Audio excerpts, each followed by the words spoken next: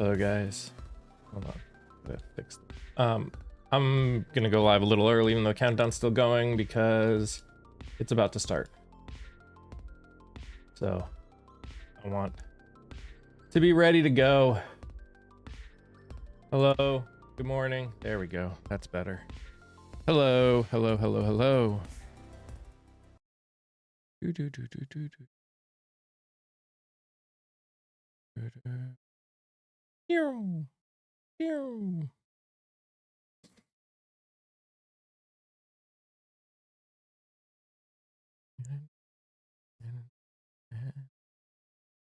Good morning.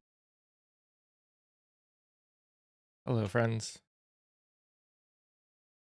Hello. Hey, Jose. Hello. Hello, Linda. Mr. I never figured out how to say your name, but hello. Clara, Angel, Jose, Ash, Missy, Linda.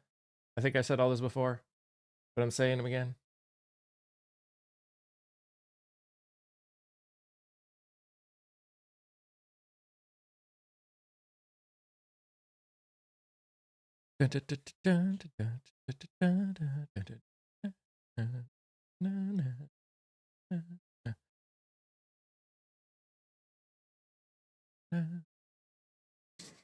Good morning. Hey, Julie. Hey, Silver. Did your taxes while waiting for the live? Nice. Yes, Ash. Yes. Yep. Ended up being a little bit shorter, but it actually worked out just fine. So, yep. Yup. Yeah, Linda. My dad needed to talk to me about something, so I had to, and that was the only time he had available. So I had to postpone it a little bit. Whoa. Hey, Gerbera. Trying to buy a house at the moment, so everything is busy. I keep missing lives. It's all good. That's awesome that you're going to buy a house. Hello, my name is. You're excited? Well, good. I'm glad you're excited.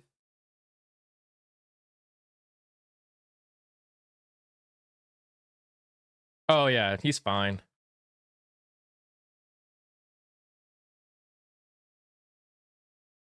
Just wanted to talk to me about something and is busy, so here we go. At any time, we welcome everyone to today's hearing on oversight of the Office of Special Counsel Jack Smith. Chair now recognizes the gentlelady from Florida to lead us in the Pledge of Allegiance.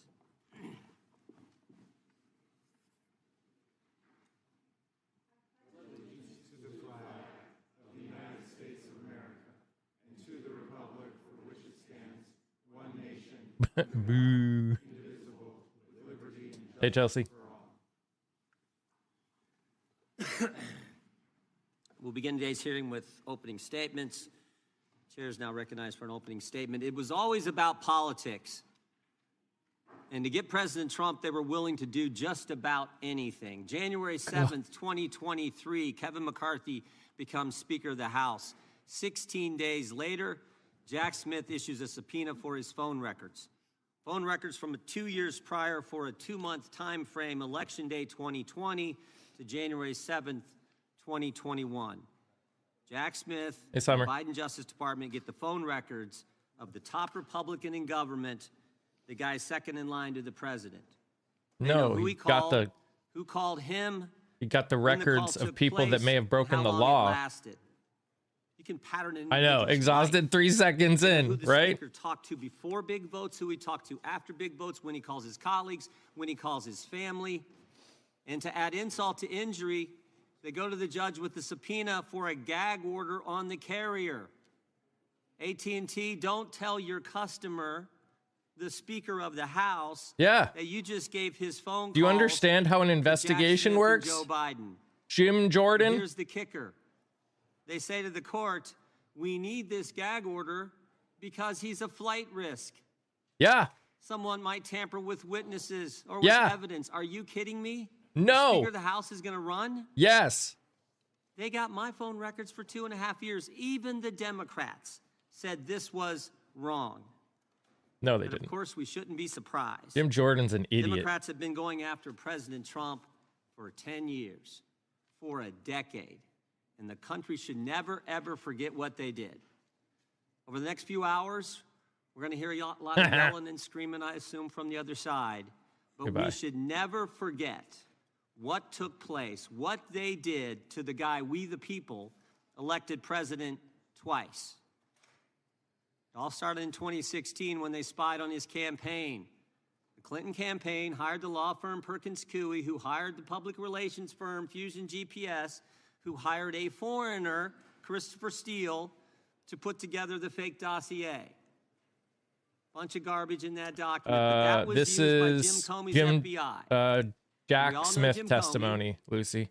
He was the guy who just last year was strolling along the beach when the good Lord had the waves wash up on shore seashells in the formation of 8647. That guy took that dossier to the FISA court, lied to the court, and then spied on the other party's campaign.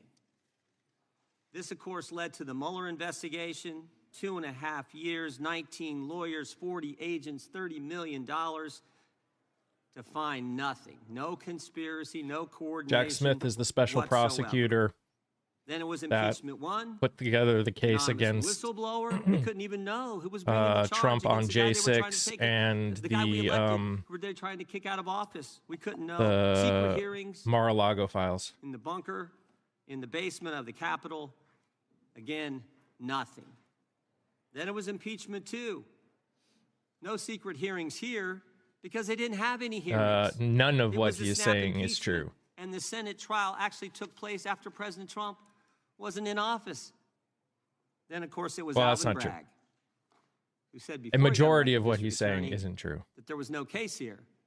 Then he gets elected and changes his mind when the left starts pressuring him to go after President Trump.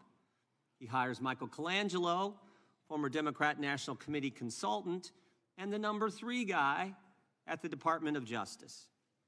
And then, of course, it's Fani and Nathan, Fani Willis and Nathan Wade in Fulton County, Georgia. We actually deposed Mr. Wade, one of the most interesting depositions I've sat through. We said to him, you know, you billed taxpayers in Georgia thousands of dollars for meetings in D.C. with the January 6th committee and with the Biden administration. And we asked him some questions. Who'd you talk to, Mr. Wade? He couldn't remember. We said, where'd you meet? Did you meet the Capitol? Did you meet the White House? Where'd you meet? Couldn't remember that either. We said, were these meetings in person, on the phone, or did you have a Zoom meeting? Couldn't remember. No, Hillary Clinton did not come up with the fake dossier Russia Did you really hoax. come to D.C. and meet people? He said, oh, yeah, I came, and I billed the taxpayers. I know I came. Just no idea who he talked to or what he did. Hey, Rachel. And then there was the raid on President Trump's home, you know, where they searched Barron's room and the First Lady's closet.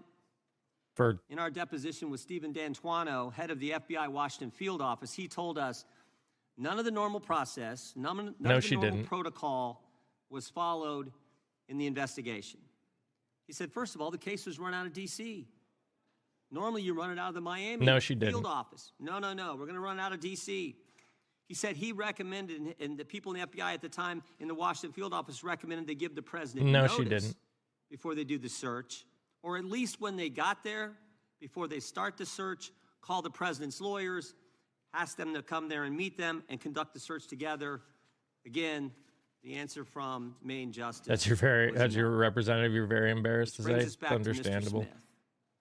On November 18th, 2022, 3 days after President Trump announces he's running for president, Attorney General Garland names Jack Smith special counsel. Yeah, because who announces they're running for president 2 years before an election? Only people that are trying to prevent getting for the raid on President Trump. Trying to avoid accountability. The very people. And then Jack Smith also puts on his team the people responsible for getting the phone records of dozens of members of Congress. People like Thomas Wyndham, who when we deposed him, took the fifth 71 times We've actually referred him to the Justice Department for obstructing our investigation. Jack Smith then gets a gag order in his investigation on President Trump from Judge Chutkan without filing a single affidavit with the court from a witness or a potential witness that they felt threatened by statements from I the love how president. they're just Stop and think about it. told what to Jack say. He Smith doesn't even restricts know the what he's speech talking about. of the former president while he's a candidate for president. Thank goodness Mr. Smith was slapped down on appeal and the order was changed. In fact, just 2 weeks ago, the Washington Post editorial page, Jack Smith would have blown a hole in the First Amendment. I just want to read 2 sentences from this. Oh, 2 sentences. Mr. Smith seemed unconcerned about interfering in the democratic process by seeking to muzzle a candidate for high office. 3 appellate judges, all nominated by Democrat presidents, ruled that Mr. Smith's proposed gag order infringed on President Trump's First Amendment rights. And of course they did. Oh, I've listened to him This plenty, wasn't the only dog. time Mr. Smith lost in court. He's an Classified absolute documents case in idiot. Miami. Judge Cannon Literally held that Mr. knows Smith was nothing. not permitted to be special counsel. And spends more Jack Smith was time never looking properly at appointed. children than he In does fact, anything he else. couldn't be properly Goodbye. appointed because he was never confirmed by the Senate for any position in the executive branch as the law requires. Here's what Judge Cannon stated. Morning, Courtney. Quote, the special counsel's position effectively usurps that important legislative authority, transferring it to a head of department. This guy and in the deserves no process respect, and that's threatening the being kind. structural liberty Yup. inherent in the separation of powers. And of course, on July 1st, 2024, the United States Supreme Court ruled that President Trump had immunity for actions taken in his official capacity as the president. 1 month later, Yes, that after does this not mean decision by the everything. Supreme Court, Jack Smith files a superseding indictment on August 27th, 2024. Yep. But Mr. Smith doesn't stop there. He does something unprecedented. On October 2nd, Sure. he files a motion with the court before President Trump's defense counsel has even responded to the indictment. Oh, man. Everyone knows the normal process is the government indicts, the defense responds with some motions, and then the government You would responds know. to the defense. You would know what it's But like Mr. to be in Smith court skips for the doing second step. stupid and horrible And things. the brief that he files is 165 pages, almost 4 times the court limit. Even liberal Judge Chutkan, who's given Jack Smith everything he's asked for in the course of this investigation, even she called it atypical and irregular. Now, why would Jack Smith do that? Why would he abandon proper procedure? Why would he ignore court rules? Grow up, you Why would he piece do of... that? Blech. Because he's running out of time. There's an election around the corner. It's coming in 33 days, and he's got to get President Trump. He's got to stop President Trump from running, tie him up in I court. wonder how many He's gotta times he's get been to told he trial, has or to at a say the word minimum, President Trump. Insert an 165-page political document into the presidential campaign. It was always about politics. No, it's Good about the news law. is the American Not that you people care saw about the through it. law. They saw through it. For so long, the left has controlled so much in this country. The left controlled big media, the left controlled big tech, the left controlled academia, Hollywood, certainly the Democrat Party, and I think all too much the federal bureaucracy. But the left doesn't control we the people. And in spite of the left and the weaponization efforts of Jim Comey, I Alvin am, Bragg, by Bonnie chance, Willis, live there as well. Jack Yes. Smith, we the people saw through it all, and we elected President Trump twice. Before turning to the ranking member for his opening statement, I would just ask unanimous consent to enter into the record the Washington Post editorial That you Jack read Smith 2 would have blown a lines hole of? in the First Amendment. With that, I yield to the gentleman from Maryland. Well, thank you kindly, Mr. Chairman. I want to start by recognizing the presence of 4 American heroes here today, 4 of the hundreds of officers who defended us on January 6, 2021, Michael Fanone, Aquilino Gunnell, Daniel Hodges, and Harry Dunn. And I thank them for being here today. Mr. Smith, thank you for appearing before the American people. I'm glad that the committee has finally granted you the same chance to report your findings to the American people that every other special counsel investigating an American president has had. The good chairman started by saying it's all about the politics. Well, maybe for them, but for us, it's all about the rule of law and who's going to stand by the rule of law and who's going to oppose it. Now, Mr. Smith, you're one of America's great prosecutors. For nearly 3 decades, you worked for justice under both Republicans and Democrats. The Manhattan DA office, where you prosecuted sex crimes and domestic violence cases. The Eastern District of New York, where you prosecuted murderers, rapists, gangbangers, and other violent criminals. Leading the public integrity section. At the Department of Justice, you brought prosecutions against corrupt public officials across the political spectrum. When you went to The Hague as chief prosecutor in the Kosovo trial, you prosecuted war crimes and crimes against humanity perpetrated against thousands of innocent victims. While others may have devoted their lives to corrupt self-enrichment, you have devoted your life to the rule of law and to public service. You've never been prosecuted for anything. You've never been convicted of anything. As far as I can tell, you've never even been the subject of a disciplinary proceeding over the course of your multi-decade career. But Donald Trump says you're a criminal and you belong in prison. He says you belong in prison, not because you did anything wrong, mind you, but because you did everything right. You pursued the facts, you followed the law, you stuck with extreme caution to every rule of professional responsibility. You had the audacity to do your job. Everybody here knows what you did wrong in Donald Trump's eyes and why he says you belong in prison. You found, and I quote from your sworn testimony before the committee, you found proof beyond a reasonable doubt that President Trump engaged in a criminal scheme to overturn the results of the 2020 election and to prevent the lawful transfer of power. When asked whether you believe the evidence was enough to obtain a criminal conviction against Donald Trump at trial, you had a one-word answer: yes. When asked if Donald Trump was responsible for the violence that took place at the Capitol on January 6th, you said, our view of the evidence was that he caused it and that he exploited it and that it was foreseeable to him. You found that Trump knew he had lost the election. How? Well, his own Attorney General, William Barr, repeatedly told him so and described all of Trump's theories as BS. Trump's top campaign advisors told him he lost the election. Vice President Pence told him he lost the election. More than 60 federal, state, and court decisions, including 8 rendered by judges he appointed to the bench, rejected every outlandish election fraud and corruption claim that he made. Trump himself even privately acknowledged it, gesturing to Joe Biden on TV and saying, quote, "Can you believe I lost to that effing guy?" He knew he lost, but he threw everything into his big lie, which some people, even in this room to this day, will stand by and swear by.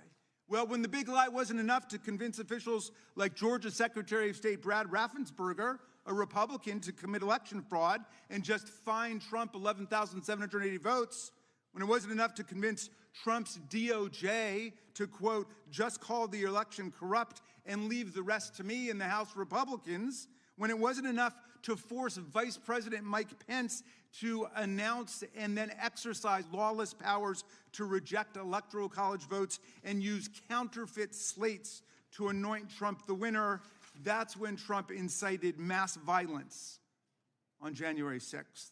While more than 140 officers were being brutally assaulted by Trump's mob, while rioters beat them with flagpoles and sprayed them with chemical agents and crushed them in doorways, and while they chanted, "Hang Mike Pence," and chased the vice president out of the Capitol, Trump and his team worked the phones, calling not the National Guard, which was under the direct unilateral control of Donald Trump, but calling members of Congress, urging them to delay certification and to nullify the election results.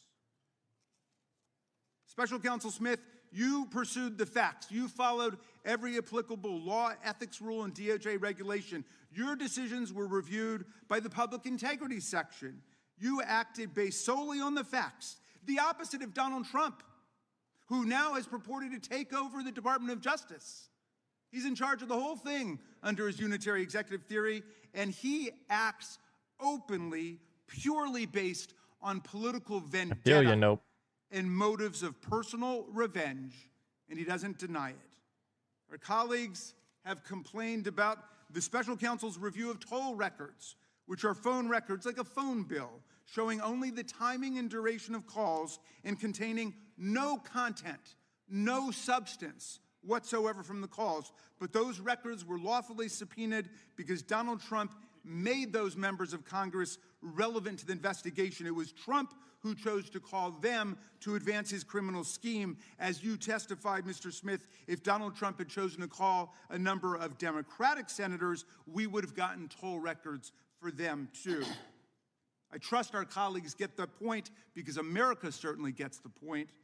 There is much Mr. Smith still can't talk about, though we know he badly wants to. His investigation developed what he calls powerful evidence that Trump stole documents containing our country's most sensitive secrets, hoarded them in the ballrooms and the bathrooms of his well-trafficked Mar-a-Lago social club.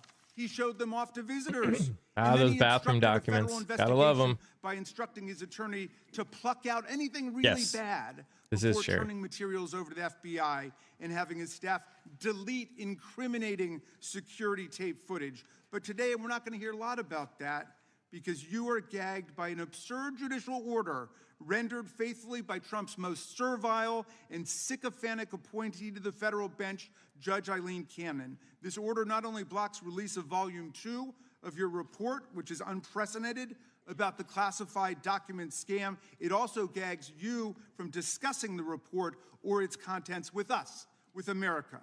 And so we don't know what's in it, but it must be pretty devastating because Donald Trump is desperate to keep Mr. Smith or any other DOJ official for all time from ever releasing it to Congress and to the American people. Now, Mr. Smith, if any of our colleagues foolishly choose to attack you and vilify you today, and I know that's not going to happen from some serious prosecutors over there like Mr. Knott and Mr. Schmidt, who understand what federal prosecutors do and what the rule of law means. But if anybody decides to attack you personally, they will only be revealing their own ignorance of what prosecutors do and their own indifference to what the rule of law requires in America. They will only be stroking the wounded ego of a lawless, twice impeached, convicted felon president who not only unleashed a mob against Congress and his own vice president, but is now pardoned and released into our communities hundreds of extremists, insurrectionists, and cop-beating felons who have proceeded to commit dozens more crimes against the American people since they were pardoned. Mr. Smith, I understand you are a long-distance marathon runner. I read that you're a triathlete who's done more than 100 triathlons and 9 Ironman competitions. You are in the fight for justice and the rule of law for the long distance, for the long haul, and I thank you for that. And we should all try to follow your example. America looks forward to your testimony today. I yield back to you, Mr. Chairman. The gentleman yields back without objection. All of their opening statements will be included in the record. We will now introduce today's witness. Mr. Jack Smith was appointed as special counsel in November 18th, 2022. He served until January 7th, 2025. We welcome our witness today. We'll begin by swearing you in. Would you please rise and raise your right hand? Do you swear or affirm under penalty of perjury that the testimony you're about to give is true and correct to the best of your knowledge, information, and belief, so help you God? I do. Let the record reflect that the witness has answered in the affirmative. Thank you. You can be seated. Please know that your written testimony will be entered into the record in its entirety. Accordingly, we ask that you summarize your testimony. Mr. Smith, you may begin. Chairman Jordan, Ranking Member Raskin, members of the committee, thank you for the opportunity to discuss my work as special Are we at a counsel. point where there's a genuine chance? No, Gerber Daisy. I love my country. At least not yet. And believe deeply in the core principles upon which it was founded. For nearly 3 decades, I've served as a career prosecutor in both Republican and Democratic administrations. I've handled cases ranging from domestic assault and gang violence to public corruption and election crimes across the United States, and I've prosecuted war crimes overseas. I am not a politician, and I have no partisan loyalties. My career has been dedicated to serving our country by upholding the rule of law. Throughout my public service, my approach has always been the same: follow the facts and the law without fear or favor. Experienced prosecutors know that specific case outcomes are beyond our control. Our responsibility is to do the right thing, the right way, for the right reasons. These principles have guided me through my career, including as special counsel. I'm proud of the work my team did, and I appreciate the opportunity to appear here today to correct false and misleading narratives about our work. During my tenure as special counsel, we followed Justice Department policies, we observed legal requirements, and took actions based on the facts and the law. I made my decisions without regard to President Trump's political association, activities, beliefs, or candidacy in the 2024 election. President Trump was charged because the evidence established that he willfully broke the law, the very laws he took an oath to uphold. Grand juries in 2 separate districts reached this conclusion based on his actions, as alleged in the indictments they returned. Rather than accept his defeat in the 2020 election, President Trump engaged in a criminal scheme to overturn the results and prevent the lawful transfer of power. Mm-hmm. After leaving office in Guys, if you're January on of TikTok 21, while you're watching this, please tap. President Trump illegally kept classified documents at his Mar-a-Lago social club and repeatedly tried to obstruct justice to conceal his continued retention of those documents. Highly sensitive national security information was held in a ballroom and a bathroom. As I testify before the committee today, I want to be clear. I stand by my decisions as special counsel, including the decision to bring charges against President Trump. Our investigation developed proof beyond a reasonable doubt that President Trump engaged in criminal activity. If asked whether to prosecute a former president based on the same facts today, I would do so regardless of whether that president was a Democrat or a Republican. No one should be above the law in this country, and the law required that he be held to account, so that is what I did. To have done otherwise on the facts of these cases would have been to shirk my duties as a prosecutor and as a public servant, of which I had no intention of doing. I remain grateful for the counsel, judgment, and advice of my team. President Trump has sought to seek revenge against career prosecutors, FBI agents, and support staff simply for having worked on these cases. To vilify and seek retribution against these people is wrong. Those dedicated public servants are the best of us, and it has been a privilege to serve with them. I agree, Paige. After nearly 30 years of public service, including in international settings, I have seen how the rule of law can erode. My fear is that we have seen the rule of law function in our country for so long that many of us have come to take it for granted. Fair. The rule of law is not self-executing. It depends on our collective commitment to apply it. It requires dedicated service on behalf of others, especially when that service is difficult and comes with costs. Our willingness to pay those costs is what tests and defines our commitment to the rule of law and to this wonderful country. Thank you. Gentlemen, we will now proceed under the 5-minute rule. We have votes coming in any minute now, but I think we'll have time for 3 or 4 members to get their 5-minute questions in before the committee will take a recess to go vote. They are not going to close the vote until we get there. I know that much. So we will start with the gentleman from California. You're recognized for 5 minutes. Good morning, Mr. Smith. When Attorney General Garland appointed you, he cited the particularly sensitive matters at issue and extraordinary circumstances as the reason for appointing a special counsel. What did you take that to mean?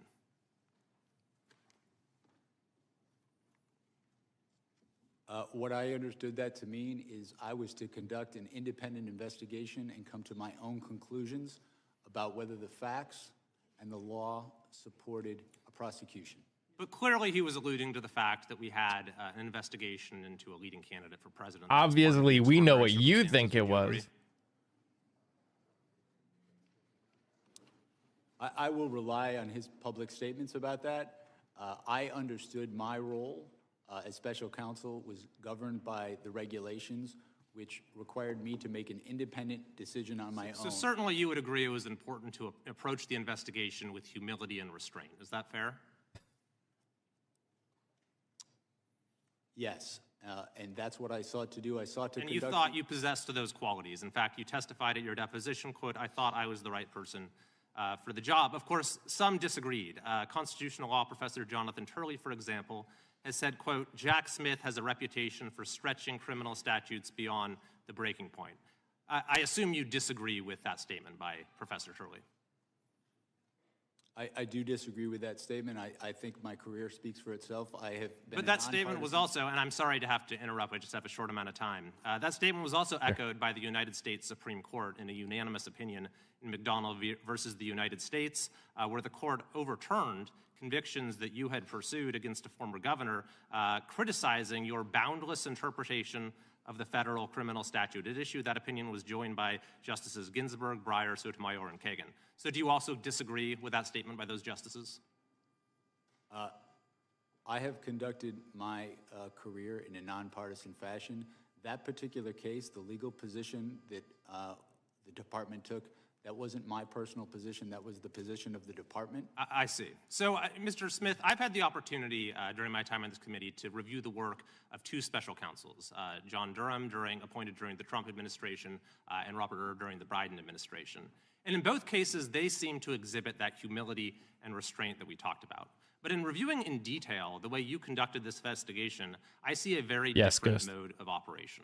One that sought maximum litigation advantage at every turn, one that repeatedly circumvented constitutional limitations to the point that you had to be reined in again and again throughout the process. For example, shortly after you became special counsel, you issued a subpoena for the phone records of the Speaker of the House of Representatives over a 2-month period, along with for other senators and representatives, even though the public integrity section at DOJ cited litigation risk to doing this. What was that litigation risk?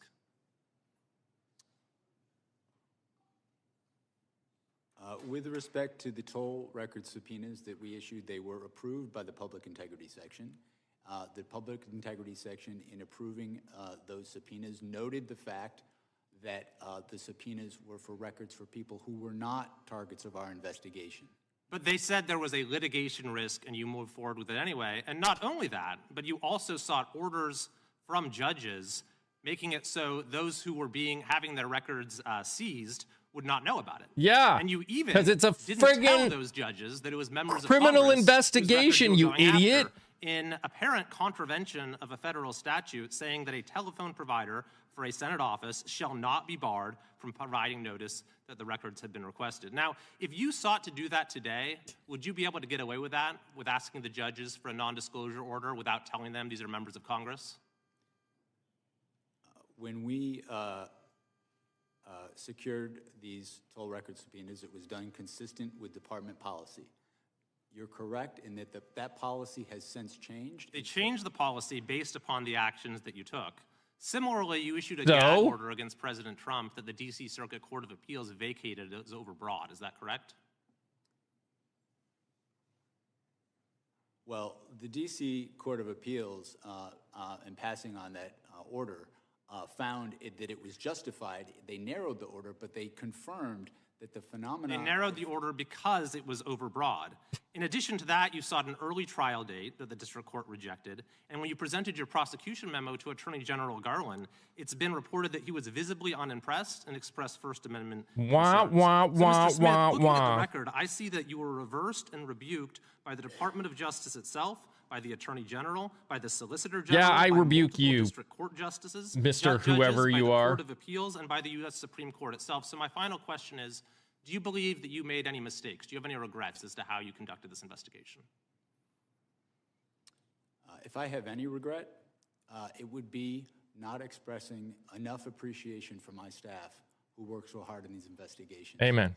We followed the facts and the law. These people who work for me sacrificed endlessly and have endured way too much for just doing their job. So if anything, I wish that I had thanked them. Time of the gentleman. No mistakes. There's that humility. Mr. Chair, I yield back. Yeah, time of the gentleman's There's that humility. Recognize the ranking member for 5 Well, minutes. thank you, Mr. Chairman. And the good gentleman from California certainly knows, because he was a student of mine, that lawyers go to court and sometimes they win motions and sometimes they lose motions, and there's no crime in any of that. And I'm just sorry that you had to be lectured about humility and restraint by a politician, because we might not be best poised to lecture you on those particular virtues. But let's go to the toll record, since that's been raised, Mr. Smith. First of all, Congress has allowed toll records to be subpoenaed. This committee has actually tried to limit it over the years, and the senators who are whining the most over on the Republican side in the Senate, they never went along with our determination to try to limit the government's ability to subpoena toll records. So it's perfectly lawful. I would lose my mind if I were Smith. Why did you want those toll records? We wanted to conduct a thorough investigation of the matters that was assigned to me, including attempts to interfere with the lawful transfer of power. The conspiracy that we were investigating, it was relevant to get toll records to understand the scope of that conspiracy, who they were seeking to coerce, who they were seeking to influence. No one, not even people That's from moral Congress, are investigative above the practice, law. right? In conducting a criminal investigation, securing non-content toll records, as you described, is a common practice in almost any complex conspiracy. Okay, let's go to something else that I've been hearing over the last week by our colleagues as they've eagerly anticipated your arrival here. They've been saying that there's some kind of First Amendment defense that Donald Trump would have had to the crimes you indicted him for. Is there a valid First Amendment defense to defrauding the public? Is there a valid First Amendment defense to disrupting a federal proceeding? Is there a valid First Amendment defense to violating the voting rights of the people and cheating the public out of a fair election? The First Amendment is something that we took seriously in our investigation. But the First Amendment does not protect speech that facilitates a crime. Speech that is used to facilitate a crime, a fraud crime in particular, is not protected under the First Amendment. The Supreme Court precedent on that is clear. This is an issue that we litigated before the district court, and the district court ruled, as I just stated, that it is not in fact protected. And the case law is perfectly clear on this, right? All frauds are perpetrated by speech, right? Yes. All conspiracies are perpetrated by speech. So just because your criminal conduct is brigaded with speech doesn't somehow mean you've got a First Amendment defense against trying to overthrow the government. I mean, the people who attacked the police officers on January 6th were chanting, "Hang Mike Pence." I would want to be suppose that somewhere was else political too. speech, or they were saying, Gerber. "Stop the steal." Does that mean they've got a First Amendment defense to violent assault against the officers? It does not. William Barr, by the way, was somebody who was perfectly clear about that. Donald Trump's own attorney general said there's no freedom of speech that you have to engage in a conspiracy to overthrow an election, to commit crime. He was perfectly clear about that. Back in those days, in fact, lots of people on that side of the aisle, including my good friend, the chairman, denounced the violence that took place on January 6th. The cat's got their tongue these days. My friend Chairman Jordan said, what happened last week was terrible, was tragic. It's as wrong can be, he said. Republicans, we know all political violence is wrong. I asked my friend Chairman Jordan at a rules hearing Are you also not interested in what happened to us on January 6th? He said, of course, everyone's interested in holding people accountable who did wrong. The FBI is doing that. The Justice Department is doing that, appropriately so. What do you think about the attack on the Department of Justice and the special counsel for doing your jobs? I think the attack is unjustified. I think the people who worked with me as career public servants are people, they're part of the reason I've been a prosecutor for so long, is to work with people like that, not just the prosecutors in my office, but also the agents, FBI agents who are heroes, who have served their country not only as agents, but also overseas. I think those attacks are unwarranted based on the facts, and I think that they have no basis in who we are as Americans, as a country. I don't see attacking people like that as anything appropriate. Thank you. And Mr. Chairman, I yield back to you. The gentleman yields back. Mr. Smith, is Cassidy Hutchinson a liar? She was their star witness, January 6th committee, their star witness in one of those staged and choreographed hearings they paid the former president of ABC News to put together.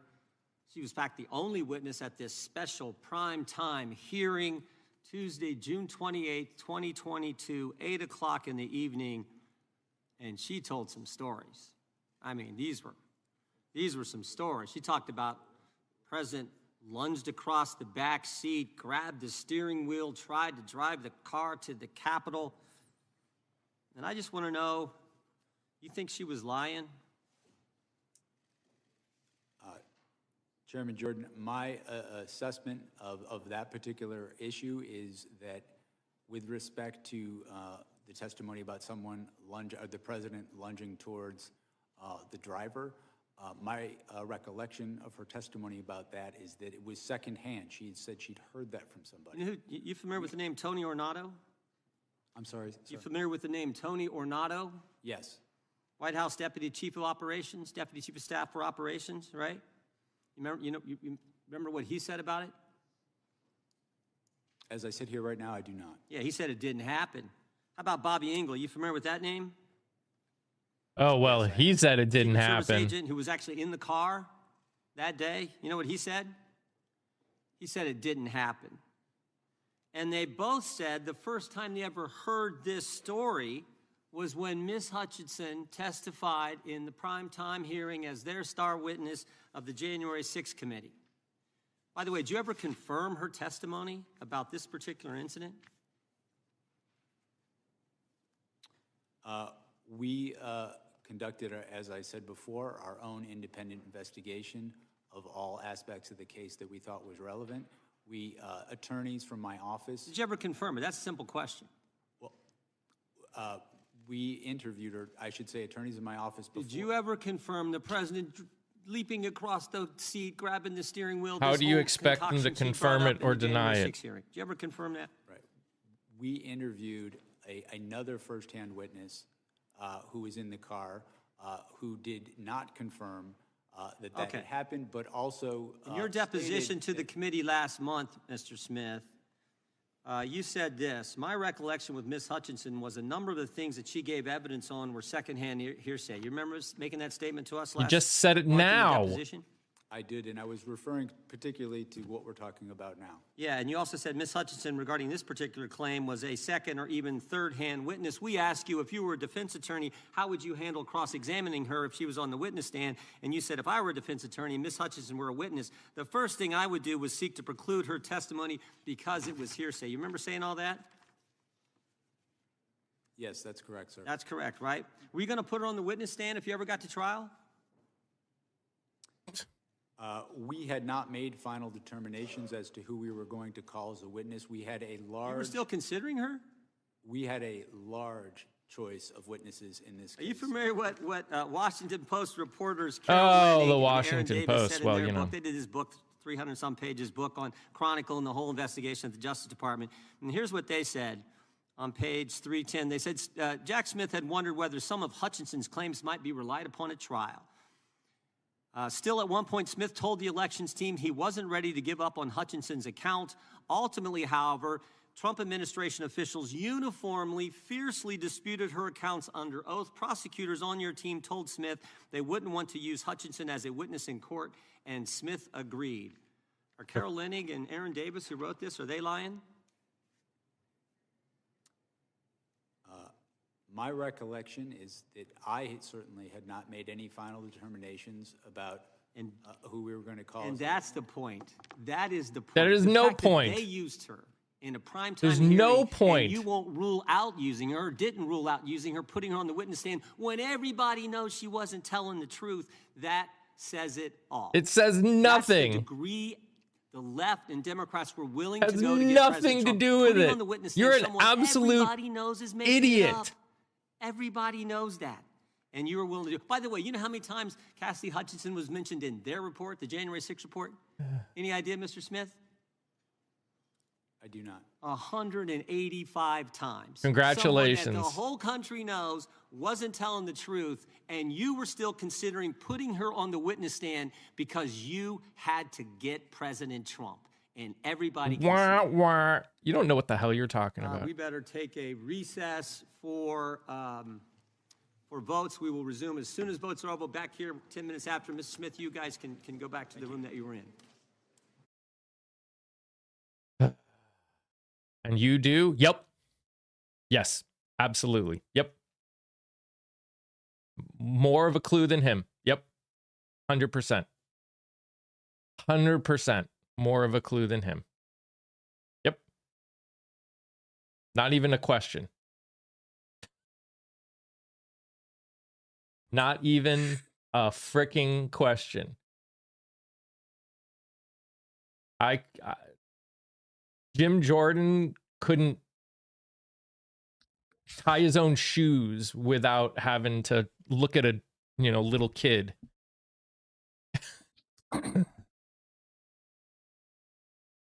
You banged your head? No. Hey, Scott. Hi. How are you? Good. Great. Okay. Good. I didn't know. I'd forgotten all about Jack Smith. Testimony was scheduled for today. Yeah. Interesting. Raskin, as usual, hit the nail on the head. Mr. Jordan's line of questioning ridiculous. Might be relevant if he was questioning the January 6th committee, sure, which was a part of the Congress. However, it has, to my knowledge, absolutely, categorically, no relevance to the crimes that were being investigated for January 6th by prosecutor Jack Smith. Hutchinson has no role in that. It's irrelevant. Not to mention trying to blame Jack Smith for considering somebody without seeing what questions were asked if she was put up as a witness is absolute stupidity. I would imagine that, pardon me, the Smith investigation interviewed many thousands of different people. And you decide who you're going to put on the witness stand a lot closer to trial. We were nowhere near that point.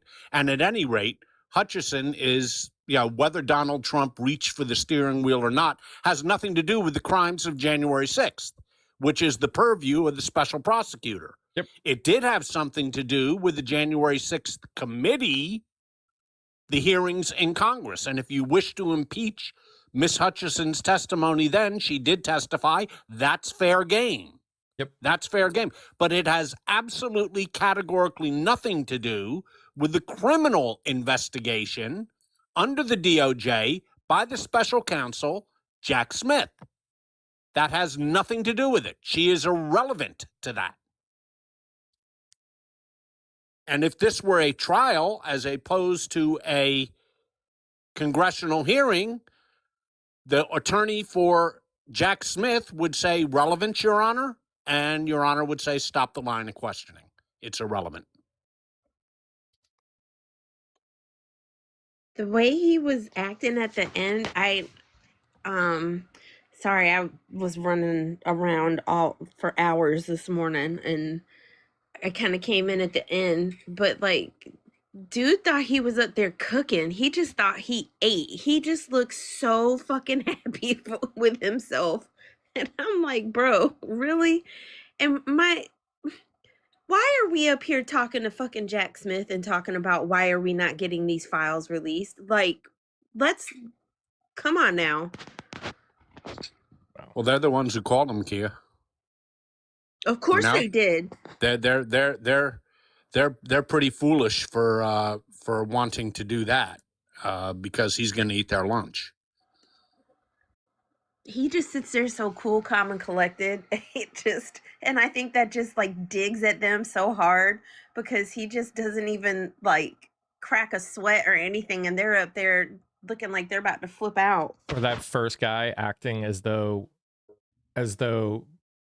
lawyers trying to do something that get overturned somehow is proof that there was something malicious. It's like, that's literally the epitome of what lawyers do. Yeah, it's how the judicial system works. Yeah, it's, and I know what Jim Jordan's trying to do. The testimony of Jack Smith is devastating to Donald Trump, so he's trying to throw shit at the wall and hope it sticks. Yeah. And I get that. That's politics. I'm not particularly insulted by what Jordan is doing. I'm just enjoying the fact that it's completely irrelevant. It means nothing. Do you know who Hutchison is? Yeah. Okay. I know the guy who gets my coffee in the morning, too. I know his name, too. What's your point, Congressman Jordan? She is about as relevant to the investigation of January 6th as Jim Jordan's crimes at Ohio State are as relevant to January 6th. They're not relevant. Yeah. I mean, I'm not insulted by what he did. I'm insulted by him just in general, though. Just insulting. It's just insulting to see him speak and have the kind of power that he has. Yes. I think that's the part that insults me. It insults every little nerve ending on my brain. It's just people like him are why term limits are needed.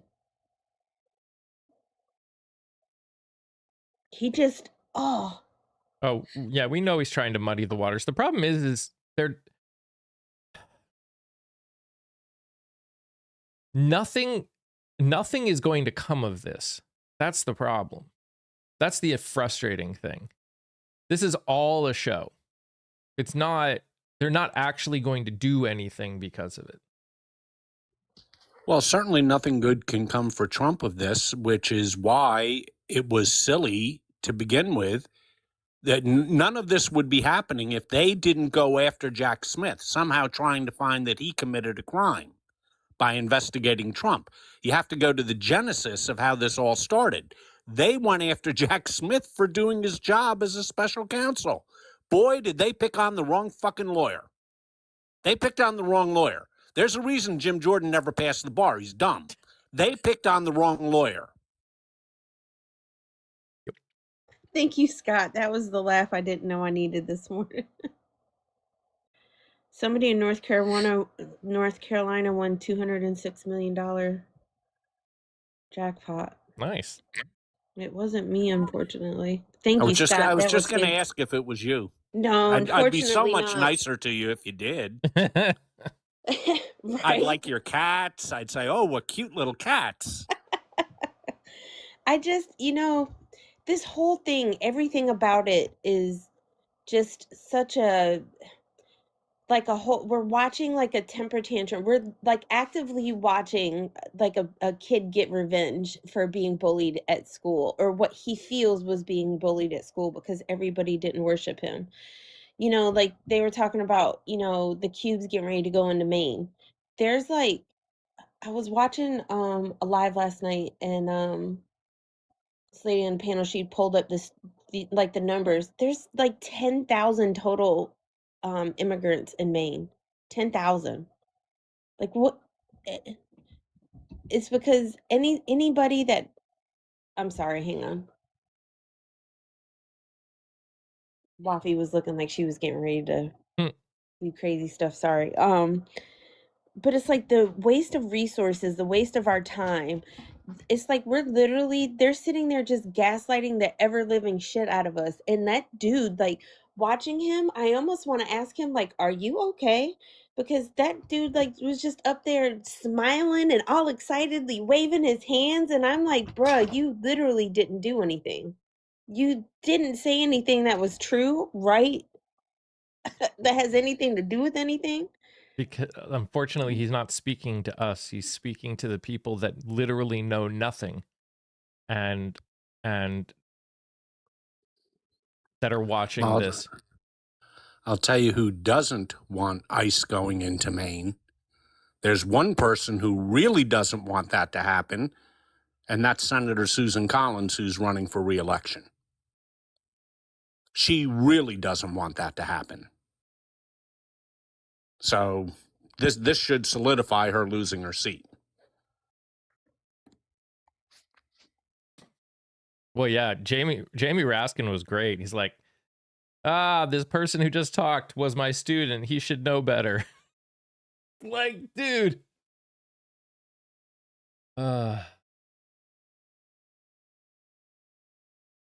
Yeah, Silver said term limits will force them to work together because you will know that you're only there for a limited time. If you want to get your agenda passed, you will have to negotiate instead of just waiting out the elections. And I definitely agree with that. Like, because if you know that you can't just sit there and literally do nothing but what you want, stuff that's going to get you benefit you but doesn't benefit your constituents, but you're still going to keep getting voted in. Try this one on for size, Kia. Imagine if you had term limits coupled with ranked choice voting. You would have people elected who have proven themselves to be able to attract voters from both sides of the aisle, so they're inclined to work together. Add that to exactly what you just said about term limits, and boy, that would solve a whole lot of our problems overnight. Not all of them, but it'd solve some of them. I think if you add term limits with some other things, I think you'll start getting people that actually care and want to do things. I think as long as there's other corruption going on, I mean, the biggest things that I have heard that have been fears have been, especially when you're in your last term and you know you're not going back, you just, all you do is try and do things that help you and get you more money, and you don't try and help the people. But again, this is to an extent, this is all guesswork anyways. But yeah, and sometimes people who know that they're leaving do the right thing, like Tom Tillis or like Jeff Flake when he knew he was going to be not going to run for re-election. I mean, it works both ways. Yep. Can I ask you a question? Like, I'm curious. I was listening to Legal Dad last night, and I'm just curious on your take. I know we've discussed this previously, but shit happens all the time, so I'm just curious. So, like, people in his chat were asking, and it ended up being Legal Dad, Attorney Di, Hawk, Jobu. They were all, and people were asking, like, what do they think? Like, does he think that we have a chance? We already know I say no facetiously almost, that we have a really good chance of winning the House, but he doesn't seem to think that we have as good a chance of winning the Senate. And then someone threw out Roy Cooper in North Carolina getting I think he kind of gives us a chance at least for one more senator on our side, because everybody seems to like Cooper. Cooper did well on both sides when he, was the governor here. What do you still think that? Because I'm like, I agree with the House, but I disagreed with him with the Senate. I think people are so fucking pissed off about everything. There's so much stuff to be pissed off about. I think that gives us even more of an opportunity than just a couple of months would have. Well, I assume you're asking me, Kia? Yeah, I was, Yeah, because okay. he's a lawyer as well, and I'm just curious your legal brain mind. Well, he is right on one thing. What he's getting at is this is a hell of a tough map for the Democrats. What they have to do in order to win the Senate is they have to hold Georgia and Michigan. And Michigan, the popular incumbent, has quit. He's not running. So, and the Democrats are having a little bit of a rough time in their primary up there. They're tearing each other to shreds, and that will only benefit the Republicans in the general election. So they've got to hold both those states, and then they have to win 4 out of the 5 states.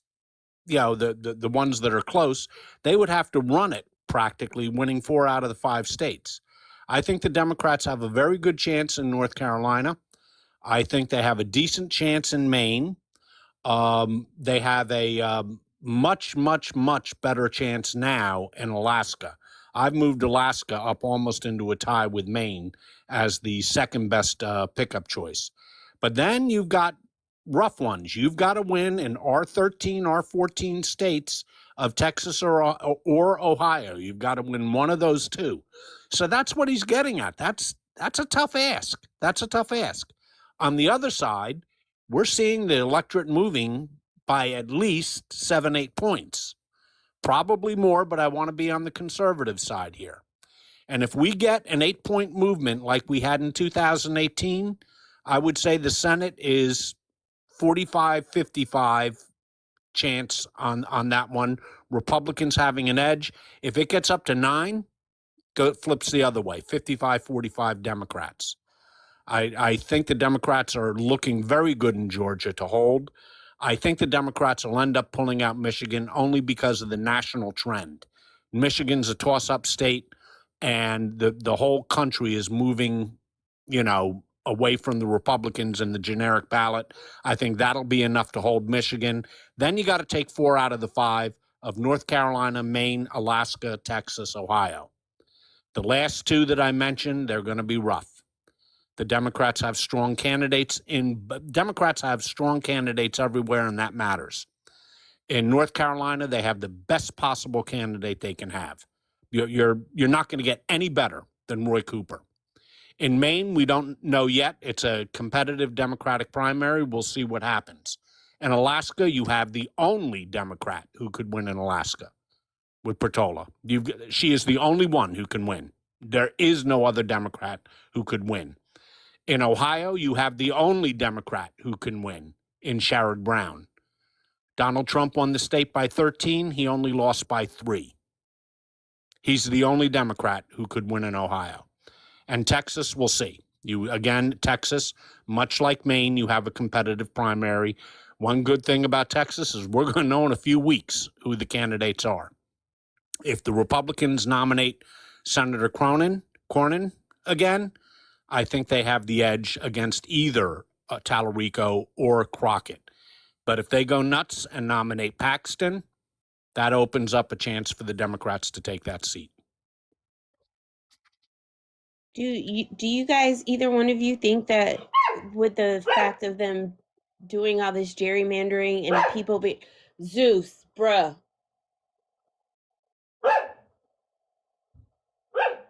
My son's leaving. Sorry, he hears the car door in the car and he's freaking out. Do you think that, because people in Texas, I think, are pissed off.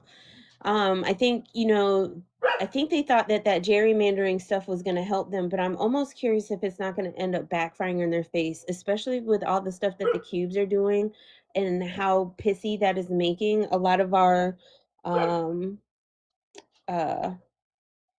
Black and brown communities and stuff. I'm curious to see if that doesn't help push the Senate race a little more blue. Even if we don't win, I'm curious to see if there's not a gain in points. Isn't that what you say?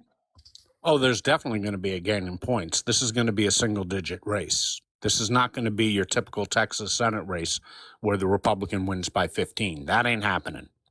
This is going to be a single-digit race. I don't care who the Democrats nominate, and I don't care who the Republicans nominate. The national movement has been, pretty severe. But there's a word of warning about Texas, Kia. Donald Trump is down 17 points nationally in his approval. That's across every single poll. New York Times, Siena came out this morning, and they're usually a little bit more conservative in their polling. they have him down 16. He's down anywhere from 16 to 20 points. In Texas, he still has a net approval rating in the positive. It's Texas, Kia. It's Texas. He still has a net approval. After all this, he still has a net plus approval rating. Not by much, but he has a net plus approval rating in Texas. That's why Texas is Texas. That's why it's an R13, R14 state. It's Brother, tough. I'm doing the same thing you are over here, just like, oh.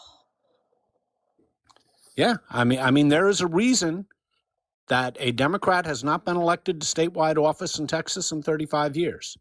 There is a reason that the only two presidents since Texas used to be a blue state ever voted for were Lyndon Baines Johnson in 1964. He came from Texas. And I think, I would have to look it up again, but I think Jimmy Carter edged it out in 1976. But they haven't won since. Now, So that's a long, long time ago. and again, it is no guarantee of anything, but you know, we do have some, there's positives. You know, the Democratic Party as a whole is not ignoring Texas anymore. The fact that they have someone running in every single district in Texas is huge. The fact that most of those people are grassroots people that are actually doing it the right way and not, and you know, and walking around and talking to people, and they aren't outside people coming into Texas. They're Texas people talking to people in Texas. Is it going to be enough? We'll find out. But there's stuff happening in Texas that has not happened in a long time. Well, Kia, there's a reason that I have Texas in my top 5 for the reasons Mike just named. The national trend, yes, Texas is an R13 state, but it isn't right now because there aren't any R13 states. Well, West Virginia. There aren't the very few R13 states. Texas is competitive. But to say that the Democrats are favored in Texas is a bit of a reach right now. But the way things are going, I like our chances there. The Democrats have a very good chance of breaking that 35-year losing streak. But would I go so far as to say that they're favorites? No, I wouldn't go so far as to do that. I have a question, and neither one of you guys can answer. And forgive me. With Alaska, what I'm not really familiar with the candidate and what gives us a maybe there. Could either one of you guys like fill me in with that? I think I may have heard something, but I'm not sure if I'm thinking of the right person. Sure. Alaska only has one congressperson and 2 senators. It's that small in population. It's like Wyoming. So a congressperson runs in a statewide election just like senators do. In 40 years, Alaska has only sent 2 Democrats ever, either in Congress or the Senate, to Washington. In 40 years. That's how red Alaska is. The candidate we just got is one of them. She's one of the 2. She is very popular in Alaska. And believe me, she isn't running on national issues. She is running on Alaska-specific issues. Her number one issue is fish. There are not too many people in Kansas whose number one issue is fish. That's her number one issue. Why? Because her constituents, it's their number one issue. Did she do something like in government there before? She was their congressperson. Okay. She got edged out. Sorry. In Trump's, Sorry. That's okay. In Trump's victory, he won by 13. She lost, I think, by 2, something like that. So she's like Sherrod Brown is in Ohio. He ran much better than any other Democrat. Yes, he lost by a few points, but that was in a pro-Republican year, 2024. 2026, the winds have changed. So if you have somebody who only lost by a couple of points, they are in a very good position to win. Whereas in 2024, there was no Democrat who was in a very good position to win. We lost the election. Silver asked, wasn't she mayor before that? You know what? I don't know. I think I can't answer that. I feel like that might be true, but I don't remember off the top of my head. She is the, I hate to say this, she might be the only Democrat who's popular in Alaska. And Alaska votes red, but Alaska will also vote for an independent. Ask Lisa Murkowski. That's how she won. Senator Lisa Murkowski. She didn't run as a Republican. She ran as an independent. Why? Because she lost the Republican primary and said, fuck you to the national Republicans, and ran as an independent and kicked the crap out of the Democrat and the Republican. So Alaska can be funky, and they like this person. I mean, look, nobody's criticized Chuck Schumer more than me, and nobody is more thrilled with the job that the one good thing he has done. He has gotten the exact candidates the Democrats need to pull off the upset of the century in winning the Senate. Because make no mistake about it, if the Democrats pull this off, this was one hell of an upset. And it wouldn't be as big an upset now as it would have been, Kia, 3 months ago. I remember you asking me this very question 3 months ago, and I told you I think it's a bridge too far. I don't think the Democrats can take the Senate. Now it's getting very close to coin flip land. I mean, real close. Yeah, that's the thing, because things are changing. Heavy things are changing so fluently, so often. I'm always curious to see, like, like, even like with Mike, he was adamantly against term limits, and he seems like he's still kind of not all the way there, but I think he's softening to the idea a little bit. But like, just to see, just because of the things that are happening, and as we keep plodding along, because that's literally what it feels like we're doing, plotting very slowly, one foot in front of the other, like tip to toe. And the other thing is with Alaska, that makes sense, that fish and climate change, you would think, would be very important for them too, because you think about what's happening with the warming temperature and how it's causing the ice to melt, and it's causing all these changes in the animals and the biology of the area, and that affects them actively being able to live the way they've traditionally lived a lot of those smaller areas. Well, there's another big issue in Alaska, too, and Portola is hitting it very, very hard, and that is Medicaid. A very large portion of Alaska's citizens are on Medicaid, and they are not happy about what's happening to their health care. They are not happy about it at all. They are reflexive Republicans, but yet, there's certain states that are deep red that really aren't deep red, like Oklahoma. They don't care what happens. They're gonna vote red, or West Virginia. There are other states where they're red, but they have a certain independent streak, which is why I didn't mention it, because the odds aren't great, but keep your eye on Iowa. I just think something funny is happening in Iowa. Iowa voters, they're very conservative people, but they're also damned independent. Alaska are real independent.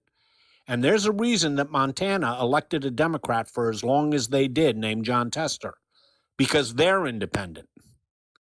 So, and obviously Utah, they are about as Republican as it gets in conservatism, but they loathe Donald Trump. They cannot stomach the sight of him because they're deeply, the Mormon church runs that state, and they think he's just a disgusting individual. So there's conservatives who are conservative with a small c, and they're not necessarily MAGA. There is a difference. Yeah. Hey, Eleanor.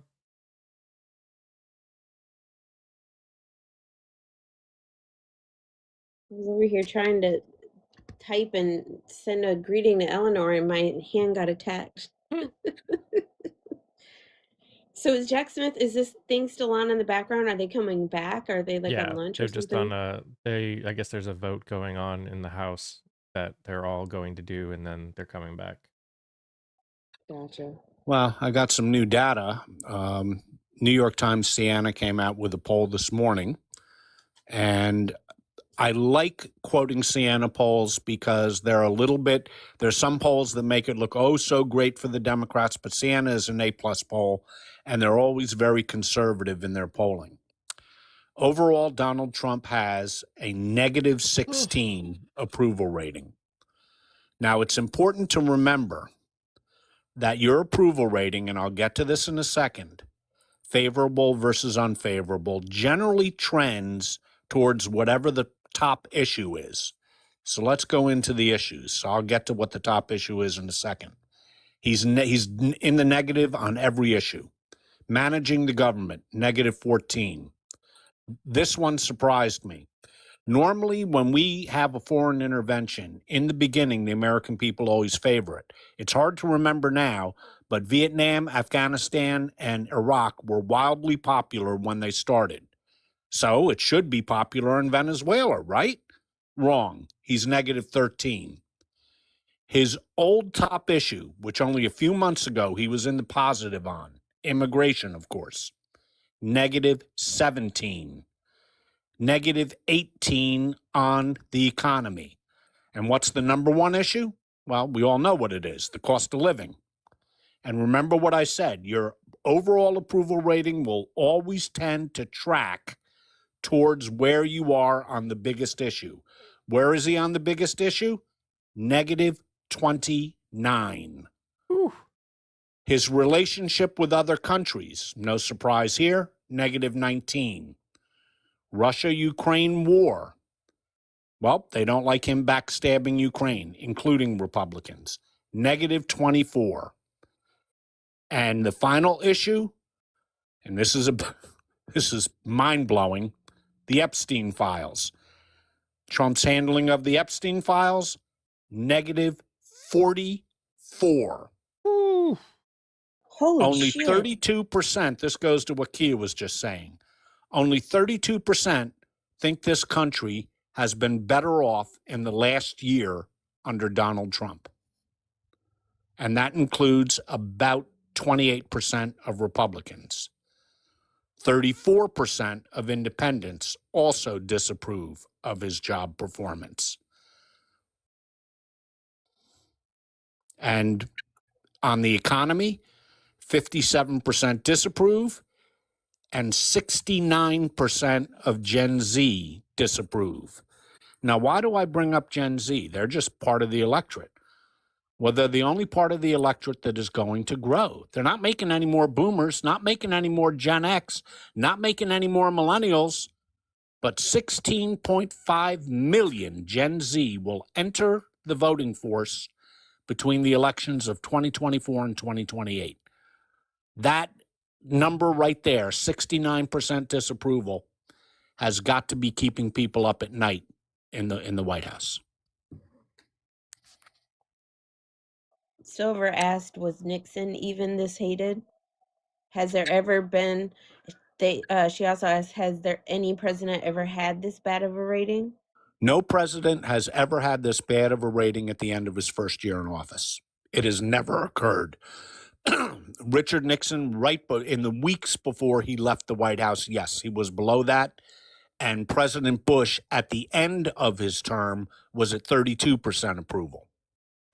So that's why you'll hear pollsters and election forecasters like me always talk about the Bush line. We want to compare it to President Bush. But this is the end of year one. Here's the thing that everybody has to remember. I don't know of a single president, popular or unpopular, who ever improved upon his end of year one numbers. You always go down from year one. Year one is your best year for polling. Year one is your best year for approval. The American people give you a break. Well, it ain't too good for Donald Trump if his favorable unfavorables are negative 16 and he only has a 36 to 40% approval rating. And every other president has gone down. Now, will President Trump go down? I can't predict the future. I don't know. I just know every other president has. Clinton, Obama, all of them. I mean, Biden. it's funny. I saw a report today saying that the U.S. and NATO are near an agreement on Greenland. That's what Trump said. Just in case anyone sees that and thinks that that's possible, NATO doesn't control Greenland. NATO literally has no authority over Greenland. You can't come to an agreement with NATO about Greenland.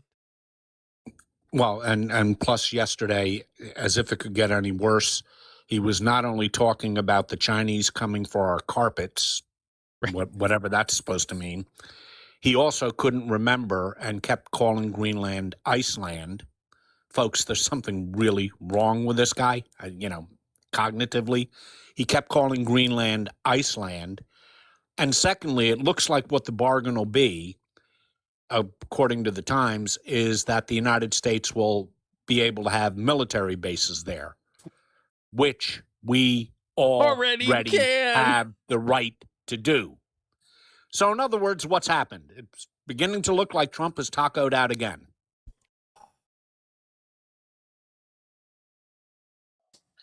But Scott, He's tacoed again. Remember we were going to blow up Iran last weekend? Well, what happened to that? Oops, taco time. but you know what, Scott? You know what it is, y'all? Come on. You know, when he hears Greenland, he's thinking green. And he hears Iceland, he's thinking cold and snow. And that's the opposite of how it is. And so when he sees all that snow, I'm sure in his brain it says Iceland. You know what I mean? Iceland. I have no doubt that you are right, although we all must admit trying to get into what's left of the mind of Donald Trump is an exercise in futility. It is the definition of an exercise in futility, but your guess sounds about right to me. Look, he was interested in Greenland because he looked at a map and he saw how big it was. It was twice the size of Alaska, and he said, I want it, like a toddler. Like your toddler in the crib wanting to reach for the shiny object, and you have to pull it away from the toddler. Well, the Europeans pulled it away. Somebody explained to the president just what the bazooka option was and said, do you really want to go there? Do you really want to go there? It's going to crash your economy so that you can get a sheet of ice. Do you really? And we can put the military bases there anyway. They'll let us. Yep.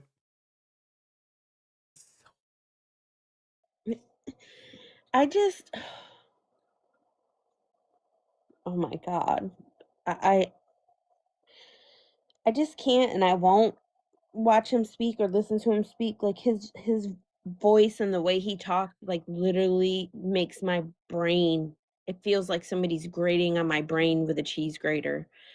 And just the fact that it just makes me so angry that anybody ever saw or listened to him within the last few freaking ever and thought, yeah, this is a great guy that would make an amazing president for the United States. It just, oh. Yesterday he topped himself from his incoherent talk the day before. Yesterday he was saying, well, the U.S. would stand up for NATO, but NATO would never stand up for us. Article 5 in the 77 years of NATO has only been invoked once. One time. Guess who they invoked it for? For the defense of the United States after 9/11. Big bad USA. Yeah.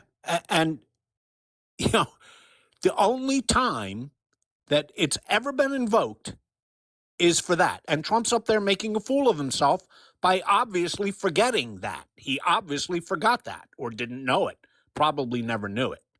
And he's talking about carpets from China, and he's calling it Iceland, which leads to the third day in a row I'm going to ask this question just for the Trump supporters in chat. This is a serious question. Serious question. At what point does this become personally embarrassing for you that you support him? I mean, it's got to be humiliating by now. He's not just falling asleep every 5 minutes. He's not just physically declining. He's doing all of those things. He's a physical wreck. He cannot speak in a coherent sentence. He can't remember the names of the countries he's talking about. He falls asleep in cabinet meetings when he's on television. What's he do the rest of the time? At what point does this become humiliating for you? How could you not watch whatever that was yesterday in front of the economic world leaders and not feel embarrassed? His whole speech, his hour-and-a-half long speech in front of the economic leaders of the world was literally a bunch of lies and nothing. It was made up bullshit in his head or complete lies. Exactly. He's speaking in front of the leaders of the world, both in politics and business. And I think it's safe to assume these were all fairly bright people. And he's speaking with the elocution of a dim-witted third grader. He's mixing up names of countries. He's going off on asides of President Xi coming to steal our carpets. I mean, and they have to sit there and listen to this and pretend that they're listening to a rational human being when it is painfully obvious to everybody now. The Republicans can't even hide it anymore. He is not rational. He is not coherent, and he is not cognizant. How long do we have to put up with this? Yep. And I was looking it up. So what details we have on this supposed framework of a deal involves this Golden Dome missile defense base, which, again, we've already said they could put stuff there. It's not surprising. And mine for minerals. I've watched people talk about it, specifically people such as Mr. Global talk about Greenland. There's a reason nobody has done that kind of stuff in Greenland. It's not... I think he thinks we're just going to go to Greenland and start doing stuff. And it's not. Greenland is a friggin' wasteland. And there's like the idea of just going in and doing stuff is just absolutely not going to happen. There's a reason they haven't done it up until this point. Exactly, Mike. We had, 16 bases there. We closed down most of them for a very good reason. They weren't economically viable to keep open. Now, maybe we'll add a few more bases now. We certainly have the right to, but it's very difficult to operate in that type of environment. It's a sheet of ice.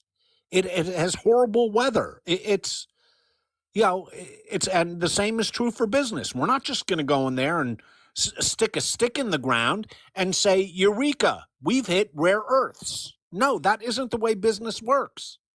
It's sort of like Trump calling in the oil companies last week and saying, well, now we're going to get all that Venezuelan oil. And they all said, no, thanks. The fact because it's shitty oil. The fact is those minerals, if they were so valuable, the ones that he thinks are there, Denmark and Greenland would have done something to get them because they could use them just as much as anyone else could. Exactly. It's not as if Denmark has never heard of technology. They would be there getting them if it was economically viable to do so. Yep. There's a reason Russia doesn't go for that kind of stuff in their own country, because it's not economically viable to be burrowing through miles of snow and ice to do those kind of things. You know, the United States has rare earths, and the reason we don't do it is because it's tough to make a profit from doing so. It's tough. Not to mention some of it's on is on indigenous lands that are indigenous lands. Well, I hate to say it, but that's never stopped us before. I'm not talking from a political government standpoint. I'm just saying I've seen reports about it, and a lot of them are on indigenous land right now that they gave it. I find it actually somewhat ironic that they gave these indigenous, they kicked these indigenous people out of their land, gave them this land, and now they want to take that land too. Which again, you're right. What's new? What's new?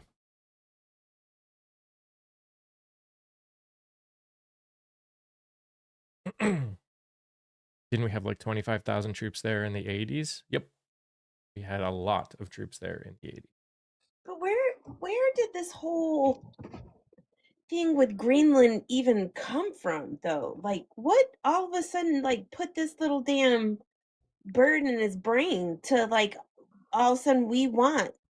Ronald Lauder, 2015. Lauder of the Lauder Cosmetics fortune is a friend of Donald Trump's. And he has his pet thing has always been that we should grab Greenland. And by the way, it's not a new idea. President Truman in 1946 offered Denmark $100 million in gold to sell us Greenland, but that wasn't for rare earths or anything else. That was because Greenland is a great protection route for Atlantic trade routes, and he thought we should have it. Denmark said no, and that was the end of the discussion. Truman said, okay. And we signed a treaty with Denmark to allow us to put military bases there whenever we wanted to protect NATO and to protect Greenland and to protect ourselves. And we still have that right. We have everything that Donald Trump says he wants Greenland for, we already have. Yep. I thought it was them rejecting him for again, who knows what the hell is going on in his head? The Nobel Peace Prize thing is more like his whiny baby response for being told no. Like, it was like a Norway said, don't do this, and they went, well, you didn't give me a prize, so I don't need to worry about peace. That was just his whiny baby response. I think it's a little bit more than that. It's a window into just how sick this guy is. I mean, really, really sick. Now, who were some of the most evil people of the 20th century? I think Stalin ranks up there. I think Adolf ranks up there. I think Tojo in Japan ranks up there. They conquered other countries, but at least they did it for a reason that had nothing to do with them not getting a prize. Adolf didn't go into Poland because he had been denied some sort of award. Think about that. Yep. By the way, for everyone on, if you haven't gone over and checked it out, a new episode, another person running for Congress, an episode got released today, so make sure you check it out. She's also running in Chicago. Really, really cool, amazing person. And the numbers are just going up. I got 3 interviews today. Goodness. Yep. How do you keep your voice from getting completely sore? You must drink a lot of tea. I don't know. I've gone live. I've been live for over 30 hours before and been fine. I've sung for 20 hours straight and been fine. Oh, it's great to be 26. Yep.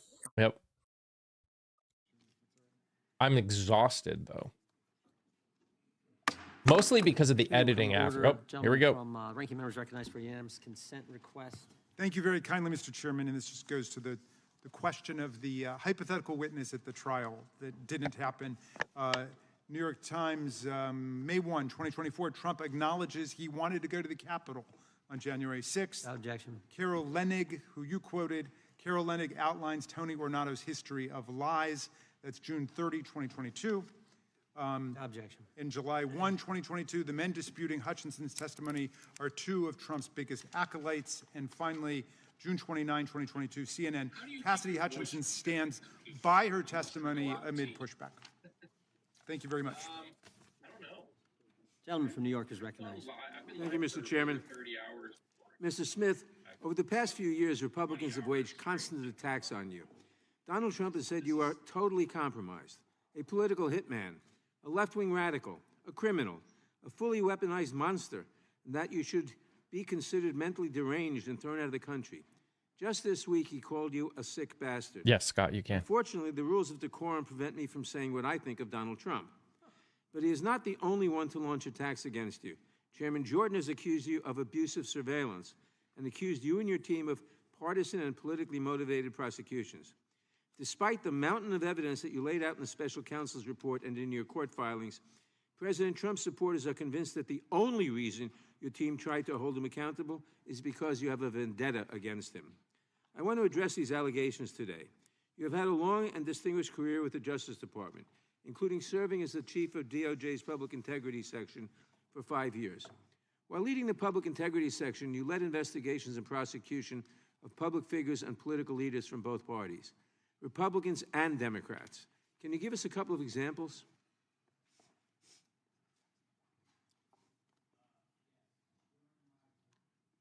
Sorry about that. During my time as the Chief of Public Integrity, I investigated cases involving both Republicans and Democrats. The standard in all of those cases was the same: follow the facts and the law. Didn't matter what party you were in, it mattered the facts of the case. In doing that, there were cases I brought against Democrats and cases I brought against Republicans. There were also cases that I investigated and did not bring against Democrats and Republicans. Party affiliation played no role in my investigations. I can think of multiple cases of prominent members of Congress that we investigated who were Republicans who, upon reviewing the law and the facts, I decided not to go forward in those cases. And the same could be said with people on the Democratic side. I've always tried to follow the facts and the law in my career. When it comes to deciding whether to pursue a criminal prosecution of an individual, what factors do you consider? The primary factors are the facts and the law. As a federal prosecutor, in making a prosecutorial decision, you're guided by the federal principles of prosecution, which guide one not only to look at the facts and the law, but the federal interests. And that is exactly what we did in this case, as set forth in my final report. Does partisan politics play a role in your decision whether or not to prosecute someone? None. To be clear, did partisan politics play a role in your decision to charge Donald Trump? It did not. What does it do to the justice system if political leaders place pressure on prosecutors to file charges against their political enemies? What are the implications if prosecution decisions are based on politics, not the law? I think it weakens the rule of law in our country because it weakens the mechanism for us to prosecute, among other things, corruption. When there is political prosecutions targeting people because they're enemies of the president, the department loses credibility and it can't do its job in all sorts of cases. According to your deposition before this committee, it sounds like your problem was not determining if you had enough evidence to charge Donald Trump, but rather that you might have had too much evidence and struggled to determine how to present a clear narrative to a jury. How would you characterize the evidence against Mr. Trump about inciting an insurrection against the laws of this country? Did you have too much? Well, with respect to presenting the case that we charged, one of the central challenges was trying to present that in a concise way because we did have so many witnesses. Some of the most powerful witnesses were witnesses who, in fact, were fellow Republicans who had voted for Donald Trump, who had campaigned for him, and who wanted him to win the election. These included state officials, people who worked on his campaign, and advisors. I will say, however, with respect to the charge of insurrection, we did not charge that. As I set forth in my report, while I believe that there is, courts have found that that was an insurrection and that there's a reasonable interpretation, a reasonable prosecutor could interpret the evidence to support that charge, I chose not to do that, looking at the facts and the law. I thought the charges we brought were appropriate, given the evidence that we had. Thank you, Mr. Smith, for your decades-long public service and for working tirelessly to uphold the rule of law. Those who attack and smear you and your team in order to protect Donald Trump should be ashamed of themselves. I yield back. Gentleman yields back. Gentleman from California is recognized. Mr. Smith, Oh, there's something coming up behind do you him. see criminals to my left? You don't see any. Do you see people who are committing crimes because they continue to believe things that just aren't true? That's paraphrasing Ronald Reagan, that liberals aren't stupid. They just know things that don't happen to be true. If the president believed that he was cheated in an election, that there was fraud, or in some other way a number of items led to his defeat, when in fact he should have won according to the Constitution, does that make him a criminal? Sir, No, that's a yes or no, please, Mr. Smith. These people here are continuing to grapple constantly with things that aren't true, like socialism works, or that somehow everything the Republicans do is evil and everything they do is right. No, just you. They've never reached a Just you. conclusion in a typical partisan case in which we're not evil because we think something different and we're not wrong. You understand the Constitution.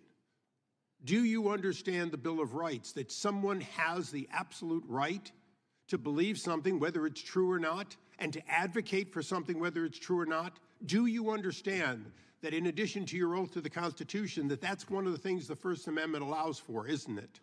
No. yes, sir. Okay, so if you know that people have a right to opine, lobby for, assert, do everything Not when they you can break the legally law. to ask for people to make different decisions, then why is it you saw criminal conduct on behalf of a president who believed he didn't win? Chairman Jordan and myself have something in common, along with a number of others here. We saw wrongdoing, and on January 6th, we voted not to confirm 2 states because they had violated the U.S. Constitution in how they selected who got ballots. And yet, you're going to come here and say, oh, I just followed the law. Yep. When you went after these people and you said, well, technically I can do that, you didn't see any selective nature or any separation of powers under the Constitution to spying on the activities and the conversations of the Speaker of the House? To what end would conversations between the Speaker of the U.S. House, third or second in line to be the president, and the president, in what basis would it be any of your business other than you believe that there was a conspiracy without conspiracy as a basic premise? Conspiracy You, like the without president's men conspiracy for is a Richard basic Nixon, premise? went after your political enemies. Maybe they're not your political enemies, but they sure as hell were Joe Biden's political enemies, weren't they? They were Harris's political enemies. They were the enemies of the president, and you were their arm, weren't you? No. No. Oh, great. So you spied on the Speaker of the House and these other senators and so on, and informed no one, and in fact put in a gag order so they couldn't discover it. If they were not subjects of a conspiracy investigation, why did Congress, a separate branch that you, under the Constitution, have to respect, why is it that no one should be informed, including the judges? As you went in to spy on these people, did you mention that you were spying on seeking records so you could find out about when conversations occurred between the U.S. Speaker of the House and the president? Did you inform the judge, or did you hold that back? My office didn't spy on anyone. Wait a second. The question I asked you, Mr. Smith, was pretty straightforward. No, Did you it withhold wasn't. that It was information ridiculous. from an Article III judge in the process of taking the records of the Speaker of the House? We complied with Department. Did you hold back Mr. that Chairman, would you information? please instruct the gentleman to allow the witness to answer the questions? It's not your time. I'd like my time back. Mr. Chairman, again, you have please. repeatedly done that in the past. The witness has the right to answer the question. And there'll be due time to answer the question. Would you please put my time back and let me finish this? Mr. Smith, I asked you a question and you were not responsive to it, and I want you to be responsive to it. Did you, whether you think it was legal or not, whether you think it was right or not, did you withhold the name of Kevin McCarthy, Speaker of the House, when you were seeking records on Kevin McCarthy, the Speaker of the House, or Jim Jordan, the chairman of this committee? At the time of the gentleman is... No, is- please you got give a me few more back the seconds. time that was taken away. Time has expired, but we're going to let the witness answer your question because it's an important question. The witness can respond. We did not provide that information to the judge when we requested a non-disclosure order, consistent with the law and consistent with Department. Mr. Chairman, the amazing thing here today is that we have an admission. Your time's up. that An Mr. Article Chairman, One- the gentleman's time has come on. expired by now 34 seconds. It gets more than 5 minutes. How many 'cause it's a times you good going to interrupt question? me? The time belongs to the gentleman from California, I will but be. it has expired. I will be brief in my address to the chairman. We have the evidence that an Article 1 representative on behalf of the president withheld that Article 3. Mr. Chairman, our witness granted the information. same leniency And as with that, I yield back in yield disgust of this witness. California, the gentlelady from California is now recognized. Mr. Smith, thank you for being here today. Earlier the chairman spent a lot of time talking about Cassidy Hutchinson, who we know was just one of many witnesses. It's important to note that there was testimony that she was told something by Mr. Ornato, not that she had personal knowledge. And of course, Mr. Ornato was of very questionable veracity. Hannah Jack Smith is the We special had prosecutor that testimony from a Metropolitan did the Police January Department, 6th official about case against an argument, the a big current argument, president and that the president was having about going to the Capitol. And the fact that espionage the documents vehicle was case. delayed going back to the Capitol while that argument occurred. But having said that, I want to focus on something my colleagues across the aisle seem to want to ignore. The fact that your investigation into President Trump's attempt to overturn the 2020 election was built on testimony from members of the Republican Party. In fact, last week, the New York Times published grand jury transcripts from Georgia that show the same pattern in Trump's Georgia criminal case. Georgia's Republican Attorney General Chris Carr testified that he told, quote, and this is a quote, "We're just not seeing the things that you are seeing." And the late Georgia House Speaker David Ralston, also a Republican, testified that Trump's fake elector scheme was, quote, "the craziest thing I've heard." And then there's Senator Lindsey Graham, one of the president's closest allies. In his secret grand jury testimony, Senator Graham told the jurors, quote, "I have told him more times than we can count that he fell short," unquote. And then he said this, quote, "If you told him Martians came and stole votes, he'd be inclined to believe it." Martians, that's from Senator Graham speaking under oath. So here's my question. Mr. Smith, in your deposition with this committee, you testified, and here's a quote, "Our case was built on, frankly, Republicans who put their allegiance to the country before the party." Also, that the president's closest allies are telling him that his claims of election fraud are wrong. And so I'm just wondering, can you explain what you meant in your deposition, that it was Republicans who were putting their allegiance to their country ahead of their party? Yes. There were witnesses who I felt would be very strong witnesses, including, for example, the Secretary of State in Georgia, who told Donald Trump the truth, told him things that he did not want to hear, and put him on notice that what he was saying was false.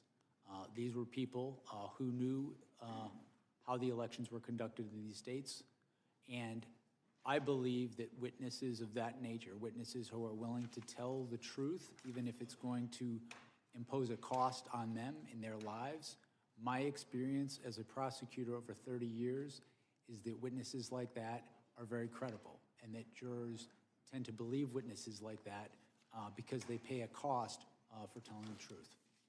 In terms of the grand jury testimony that's now been released, the fact that Donald Trump according to Senator Graham, would believe that Martians stole the election. What does that tell you about Trump's state of mind?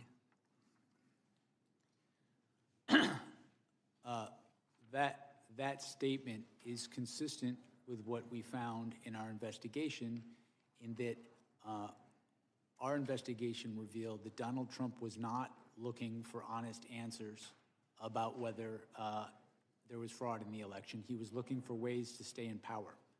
And when people told him things that conflicted with him staying in power, he rejected them, or he chose not even to contact people like that who would know if the election was done properly in the state. On the other hand, when individuals would say things that would allow him to stay in power, no matter how fantastical, he would latch onto those. That pattern, over time, we felt was powerful evidence that he, in fact, knew that the fraud claims he was making were false. You know, who were some of the Republican witnesses who told you that who told President Trump that his claims of election fraud were false? Can you share that with us? There were a range of witnesses. They ranged from people on his campaign team who had wanted him to win, were employed to help him win the election. They included state officials, state Republican officials who wanted him to win, voted for him, campaigned for him, asked him and his co-conspirators to provide evidence to support their claims, and invariably they never did. It included officials, advisors, people he worked with in the White House who he relied upon for important decisions and who he trusted in other contexts. We felt we had strong evidence from a variety of sources. You hear him lightly tapping. Mr. Chairman, with my fellow Californian, you were allowing the witness Yeah, it's a to good answer. question. Isn't that grounds to let him answer? I've given him 30 seconds extra, the gentlelady 30 seconds extra. If the gentleman can be concise and finish up here quickly, we will allow him to finish. Yes, sir. And just conclude saying we felt that constituted powerful evidence of the knowing falsity of his statements in further Yes, fraud. Natalie. Mr. Chairman, I would like to yield back, noting the presence of officers who were severely attacked. Got nothing to yield back. You're a minute over. The gentleman from Protecting Texas. our lives on January 6th. The gentleman from Texas, Mr. Gill, is recognized for 5 minutes. Mr. Smith, in January of 2023, did you subpoena then Speaker of the House Kevin McCarthy's toll records? Yes, sir, we did. Yes, you did. And the subpoena covered the time period between November 2020 and January 2021. Is that right? I'm sorry, sir, could you say that again? We're not going to delay like this. The subpoena covered the time period between November of 2020 and January 2021. How many days after Kevin McCarthy was sworn in as Speaker did you subpoena his records? I don't recall, but those two things had nothing to do with It was one. 16 days after becoming the highest-ranking Republican in the House of Representatives. You subpoenaed his toll records. Do you agree that that might reasonably be considered a violation of the Speaker Debate Clause? I do not, and I want to be clear that the toll You were records- collecting months' worth of phone data on the Republican Speaker of the House, the leader of the opposition, right after he got sworn in as Speaker, all around the time of a major vote. That sounds like a flagrant violation of the Speech or Debate Clause to me, and I think most people agree with me. And Speaker McCarthy had no recourse, did he? Because you issued a non-disclosure order ensuring that neither he nor any of the American people knew about these subpoenas. Is that right? The toll record, the non-content toll record subpoenas, we did secure non-disclosure orders for those subpoenas. You did, and let me ask you, Mr. Smith, at the time you secured those non-disclosure orders, was Speaker McCarthy a flight risk? The non-disclosure order was based on concerns about Was Speaker obstruction. McCarthy a flight risk? He was not. He was not. Then why did your non-disclosure order refer to him as a flight risk? It says right here, the court finds reasonable grounds to believe that such disclosure will result in flight from prosecution.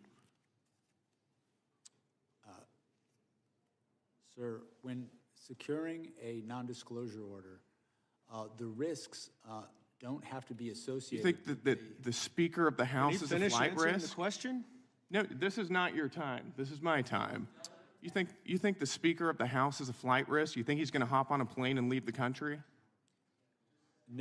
No, what I was trying to explain is with respect to a non-disclosure order, the risks aren't necessarily associated with the subscriber to the phone. They're the risks to the investigation. I think that you were using, this was clearly in reference to, Oh, to grow Speaker up, McCarthy, you piece of... and you were using clearly false information to secure a non-disclosure order to hide from Speaker McCarthy and from the American people. He was being investigated, you dimwit. I've got more, so let's move on. In May of 2023, you also issued subpoenas for toll records of 9 U.S. senators and an additional representative. Is that right? In May of 23, we did issue. You did. I don't know, some idiot from Texas. With those subpoenas as well, right? That's correct, consistent with department policy and the law. So again, nobody would know what you were doing. The senators would, and the representatives would, and the American people wouldn't know what you were doing. Is that right? This guy obviously has never run an investigation in his entire life. Were consistent with policy and and you knew whenever you were doing that there was a risk you were violating the speech or debate clause. Is that right? You're not violating a speech or debate clause. The toll record subpoenas that we secured were with the concurrence of the public integrity. Your own analysis says that you knew there was a risk you were violating the speech or debate. They're just clause. saying the exact same thing. An email from John Keller at Public Integrity Section to your team. As you are aware, quote, as you are aware, there is some litigation risk regarding whether compelled disclosure of toll records of a member's legislative calls violates the speech or debate clause in the D.C. Circuit. That's from your own analysis right there. So you did know, didn't you? Sir, with respect to the item you just put up on the screen, the last sentence states... we're going to get to the last sentence. Okay. We're going to get to the last sentence. And you cite case law in here, quote, the bar on compelled disclosure is absolute. Is that right? Or do you think that you didn't have to abide by that precedent? To be clear, this statement is not from my office. This is the statement of the public. This is your justification for those subpoenas and NDOs that you ordered. This was part of your analysis. It's a cursory analysis. I think it's worth noting. But let's get to that last sentence then. Quote, given my understanding of the low likelihood that any of the members listed below would be charged, the litigation risk should be minimal here. In other words, you're using a novel legal theory, which you knew was novel. He's never not. Been tested by any court. The department You're not is. charging any of these members. Nobody's going to know about it because you issued NDOs.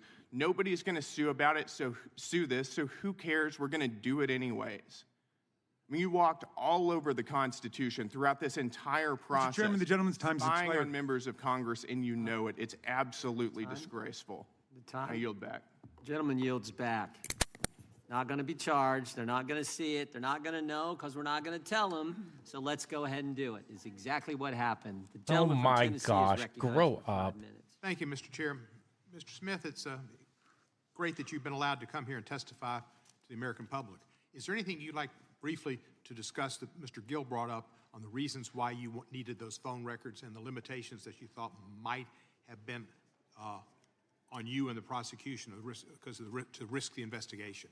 Sure, and I would begin by pointing out that the email that was referenced wasn't a justification from my office. It was an email from the Public Integrity Section to my office approving the subpoenas. The subpoenas that we secured with non-disclosure orders from a judge because I had grave concerns about obstruction of justice in this investigation, specifically with regards to Donald Trump. Not only did we have the obstruction of justice that we were investigating in the classified documents case, but I was aware during the course of our investigation of targeting of witnesses during the course of the conspiracy. Yes. There were election workers who had That is their why phones you don't upside tell down, people about these things, you received dimwit. vile death threats because they were targeted Exactly. by Donald Trump and his co-conspirators. I had a duty to Gosh. protect witnesses in this investigation. That risk. I have that never threat to seen witnesses was only a party confirmed as corrupt as the Republican forward in Party this is right case. now. This is And, this is literally Donald Trump, disgusting to listen to. suggested that one witness should be put to death, and then also issued a statement to the effect of, if you come after That's me, not we're saying coming there after aren't you. corrupt people in other In my places, mind, but I can't think of a more direct threat. this is to disgusting witnesses to and watch these individuals Republicans do involved in this. that proceeding. Given that sort of threats, it was, in my view, completely appropriate to protect the integrity of the investigation, to protect against destruction of evidence, and to protect the witnesses in our case. And just make clear, you did not see any of the discussion. There was not any, it was just the content that they made a call to the president and vice versa, but nothing about any content whatsoever. That's correct. A toll record subpoena gives you who a call is from, who it is to, and the length of that call. It does not tell you the content of what people are speaking about. Which is You why it felt doesn't that you go had a case against that. was one that you would win beyond a reasonable doubt and no moral certainty. Is there anything in your facts that you had that you would have used at trial that you believe has not been presented to the public in the past or have been misrepresented to the public? Is there anything? Essential facts that you had that you felt would have resulted in a conviction of the president on the charges that he was indicted upon? I think my report, the report of our case, the final report, summarizes the evidence, I think, in a way that is gives a fair rating of the strength of the case. And you have no question but have been successful before jury? My review of the case, I came to the conclusion we had proof beyond a reasonable doubt. We were ready, willing, and able to go to trial in the case. Of course, as I said in my opening statement, prosecutors can't control outcomes, but I felt confident in pursuing the case to trial. Did Merrick Garland ever pressure you to bring an indictment or to do anything in your investigation? No. Did anybody else in the administration, President Biden, Vice President Harris, et cetera? I was given the independence to conduct my investigation, and I came to the decision to bring charges in this case without undue influence from anybody in the department. And you dropped the case. Why did you drop the case? The cases against Donald Trump were dismissed pursuant to department policy. Department policy, the Office of Legal Counsel said if somebody's president, you can't bring a charge against them or they can't be held liable. Is that correct? That's correct. There had not been a case of this nature ever where someone was elected president with charges pending, and so that was slightly different. So we consulted with with the Office of Legal Counsel, and they determined pursuant to policy that the cases needed to be dismissed. By the way, dumb policy. You weren't pleased with that, but you had to follow the law, and that's what you did. Need to get rid of that Followed policy. Throughout my investigation. My job was not to set policy. My job was to follow it, and that's what we did. I want to thank you for your service. I think you're a great American, and you came out of this as being somebody who people can respect and look up to in a fashion that we should be instilling people's desire to go into justice, to go into law, and to go into government. And you're an example of the type of person they should follow. I yield back the balance of my time. Gentleman yields back. The gentleman from Wisconsin is recognized. Mr. Smith, there's something that's really bothering me since your deposition. It's how and why you got the position of special counsel and your personal relationship with Marshall Miller. Let's go back to 1999 when you were working for the United States Attorney's Office for the Eastern District of New York. Is that when you first met Marshall Miller? Yes. So after ED New York, did the two of you ever work together again prior to becoming special counsel? According to the public bios for you and Mr. Miller, you overlapped at DOJ from 2014-15 when you were chief of DOJ's Public Integrity Section and Mr. Miller was chief of staff for DOJ's Criminal Division. Is that accurate? I believe that is accurate, yes. Okay, so were the two of you social outside of work? I would say intermittently, yes. Okay, but after 20 years of knowing each other, it's safe to say you were friends, correct? Yes. Okay, so let's fast forward to 2022. Mr. Miller is appointed Principal Associate Deputy Attorney General at DOJ, the number 3 at DOJ. You call your friend to congratulate him, and according to the deposition transcript, you say you'd be interested in a position at DOJ. Is that correct? Yes, what I recall is that I expressed an interest if the right position came up, I would be interested in But considering. at that point, there's no discussion about special counsel. Is that correct? This is some time ago, and so I don't have a specific recollection of all these conversations. So you were first approached about special counsel and that role before the 22 midterm elections. And according to the deposition transcript in October of 2022, you fly to DC, meet with the AG and the Deputy Attorney General. Is that correct? Yes, I flew to DC, I believe it was in October, and I met the Deputy Attorney General, and also I met the Attorney General. So in multiple conversations with your friend Marshall Miller, he never once tipped you off that the Attorney General or Deputy Attorney General have you on the short list for special counsel? That never came up? Again, this was some time ago, but my recollection is I came to Washington and I met with those individuals as well as the Human Rights section. Marshall Miller is the person who set that up. So he was at the meetings. Was he at the meetings? So just to tie all this together. Yeah, thank you. You've known Mr. Miller since you were both AUSA in New York. You stayed in touch over a 20-year career in federal government. He gets a job with the Biden administration, and just a few short months later, you're offered the role of special counsel. I'm having a hard time believing that this is some big coincidence and that there wasn't a back and forth on the special counsel. Says the guy who supports a president that has pardoned how many people? From the AG or the Deputy Attorney General, but including Miller, the dad become a two-way of his conduit son-in-law? throughout the investigation with DOJ?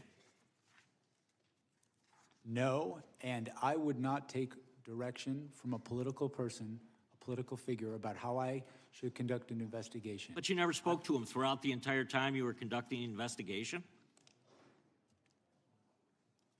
No, I didn't say that. What I said was that he was, I think you asked if he was a conduit of information. He was present, to my recollection, at meetings, briefings that I had with the Attorney General and Deputy Attorney General during my time as special counsel. I mean, I don't want to assume anything, but Mr. Miller wanted sounds like you're in assuming. that position, not because you're necessarily the best lawyer he ever met, but because of the long-term friendship that you have with him. What I can tell you is I have been a prosecutor for 30 years. I have been an apolitical public servant for 30 years. I've prosecuted cases against Democrats and Republicans all the same. I've had, in my view, the experience necessary for this position, and that's why I accepted it. So he knew that you would pursue, I mean, he had to have an idea that you would pursue exactly what the Biden administration wanted, which was criminal charges. No, which was the law, you idiot. I think that anybody who knows me well knows the idea that I would take direction from a political figure about how an investigation should come out. I don't think anybody who knows me thinks that's true. Well, Chairman Jordan, I think the next deposition should be with Marshall Miller at this point. I yield back. Gentleman yields back. The gentleman from Georgia is recognized. And while we are deposing Marshall Miller, maybe we can depose Donald Trump about why he chose his personal lawyer to be the head of the DOJ. On January 6, 2026, the 5th anniversary of the insurrection, the White House launched a taxpayer-funded website that attempts to rewrite history about what happened on that day of infamy. On January 6, 2021, there was an insurrection at the United States Capitol that resulted in a police officer dying the next day, another 4 officers dying by suicide in the months thereafter, with at least 140 police officers being injured by the insurrectionists, with 15 of them requiring hospitalization. And I'm proud that we have 4 former officers as well as on-duty Capitol Hill police officers here today. Mr. Smith, I want to ask you about this website because the Trump administration is using taxpayer dollars to lie to the American people about the events leading up to and the events taking place on January 6, 2021. For example, this Trump propaganda site claims that the 2020 election was, quote, stolen. Mr. Smith, did your investigation uncover evidence sufficient to prove beyond a reasonable doubt that Donald Trump knew that his claim that the election was stolen was false? Yes, it did. And did your investigation uncover evidence sufficient to prove beyond a reasonable doubt that Donald Trump publicly claimed that the 2020 election was stolen from him, while he privately acknowledged that he had lost the election? Yes, we cited instances of that during in our case. But yet here we see that on the 5th anniversary of the insurrection, the Trump White House propaganda machine is still promoting the stolen election theory on this government webpage with a text box titled, quote, fraudulent election, stolen election certified, end quote. The site also has a subsection reading in part, quote, FBI entrapment operation exposed.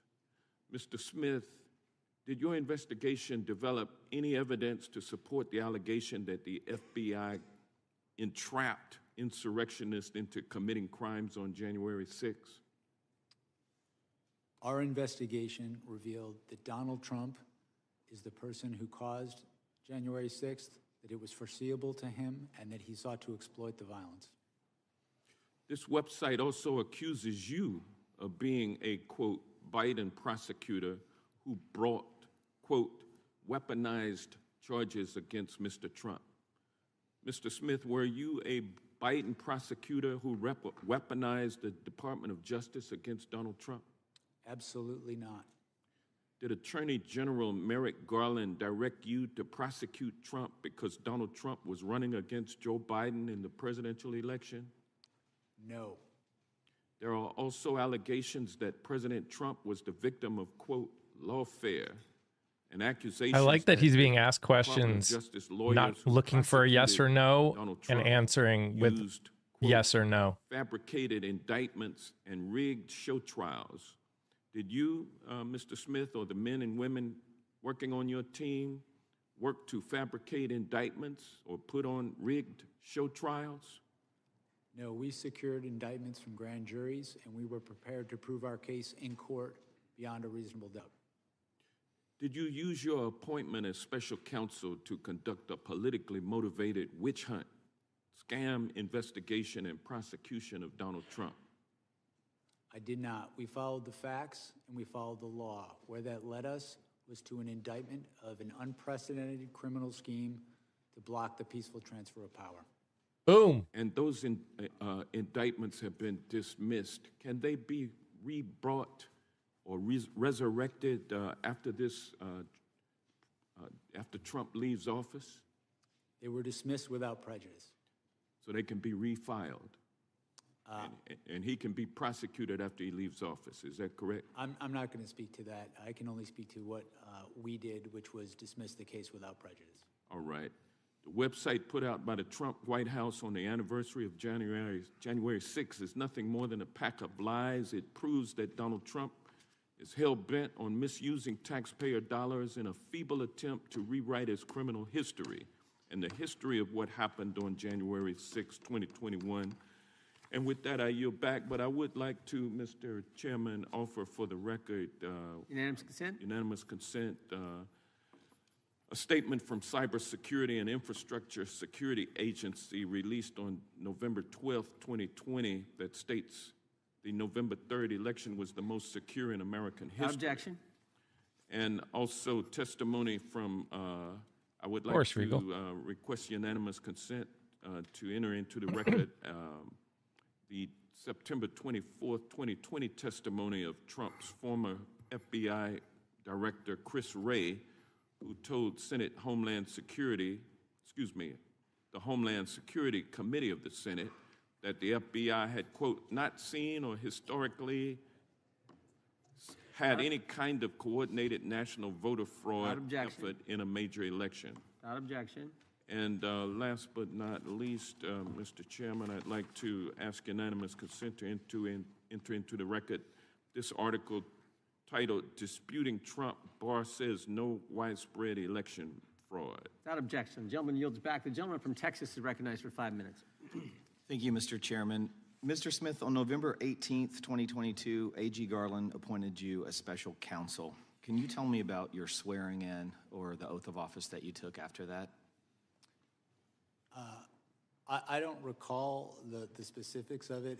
I know I was sworn in. I don't recall the specifics of how that was done. You don't remember who swore you in? I don't. Would you agree that taking the oath of office is a legal requirement for the job that you had? I've taken oaths of office regularly. I haven't researched whether it's required or not, but I've done that, I think, in every government case. It is required. Terms I heard earlier today were atypical, irregular, no proper procedure. Yet in your opening statement, you said that we followed Justice Department policies, and I would assume you meant the law as well. It strikes me as odd that you don't remember who swore you in, how you were sworn in. It's pretty significant. We all get sworn in here, and I remember every day. You don't remember who swore you in. I don't remember the details of it as I sit here today. But you did take. You don't remember who was there that one time in that one day? My recollection is it was when I was appointed. It was when. It strikes me as odd that Attorney General Garland had you retake the oath of office on the 14th of September of the following year. Why did he make you do that? As I sit here right now, I do not recall. I know that there is the oath of office that I signed. I believe it was on the 18th, the day that I was appointed, and I know the department had me do a second one. I don't know the particulars of why they asked me to do it again, but I know you signed it on the 20th of November 2022, but there was no witness, which, I mean, you have to agree it's a little odd if there's no witness saying that you took the oath of office. This is the dumbest questioning I've ever heard. Whether or not you were legitimately doing the job. Notice they're not talking about any of his actual work. Had the same question and thought, oh shit, we got to have oh you sign man, this on the 14th who day was of there to September swear of the you following in? year. So why did you take the oath of office again on the 14th of September of the following year when you say you took the office in November of It's not, Scott. It's not. Why'd you need to do it twice? My recollection is that I took the oath of office, as you said, it was the 18th or the 20th, and felt I was under the oath of office. I believe, if you have it in front of you, I think I signed an oath. You signed it, but there was no witness. There was supposed to be either notarized or a witness, and apparently Attorney General Garland thought it was significant enough. So maybe you should talk to Attorney General Garland. 11 months later. That's strange, right? I don't know why they asked me to sign it again. I don't recall ever discussing this issue with Attorney General Garland. Well, that is just wild to me. I'd like to yield the balance of my time to Mr. Jordan. Well, which one was the official one? Oh, yeah, so they had this planned. I think that's what the gentleman's asking. Are you going to let him answer? I understood myself to have taken the oath of office when I assumed the job. How much money did you? Okay, how much money did you spend in the investigating President Trump? How much money did your office spend? I do not recall as I sit here now, but I know that pursuant to, I believe it's the special counsel regulations, reports were issued each 6 months detailing how much. We gathered at $35 million. And what I want to know is how much of that $35 million of taxpayer money, confidential human sources?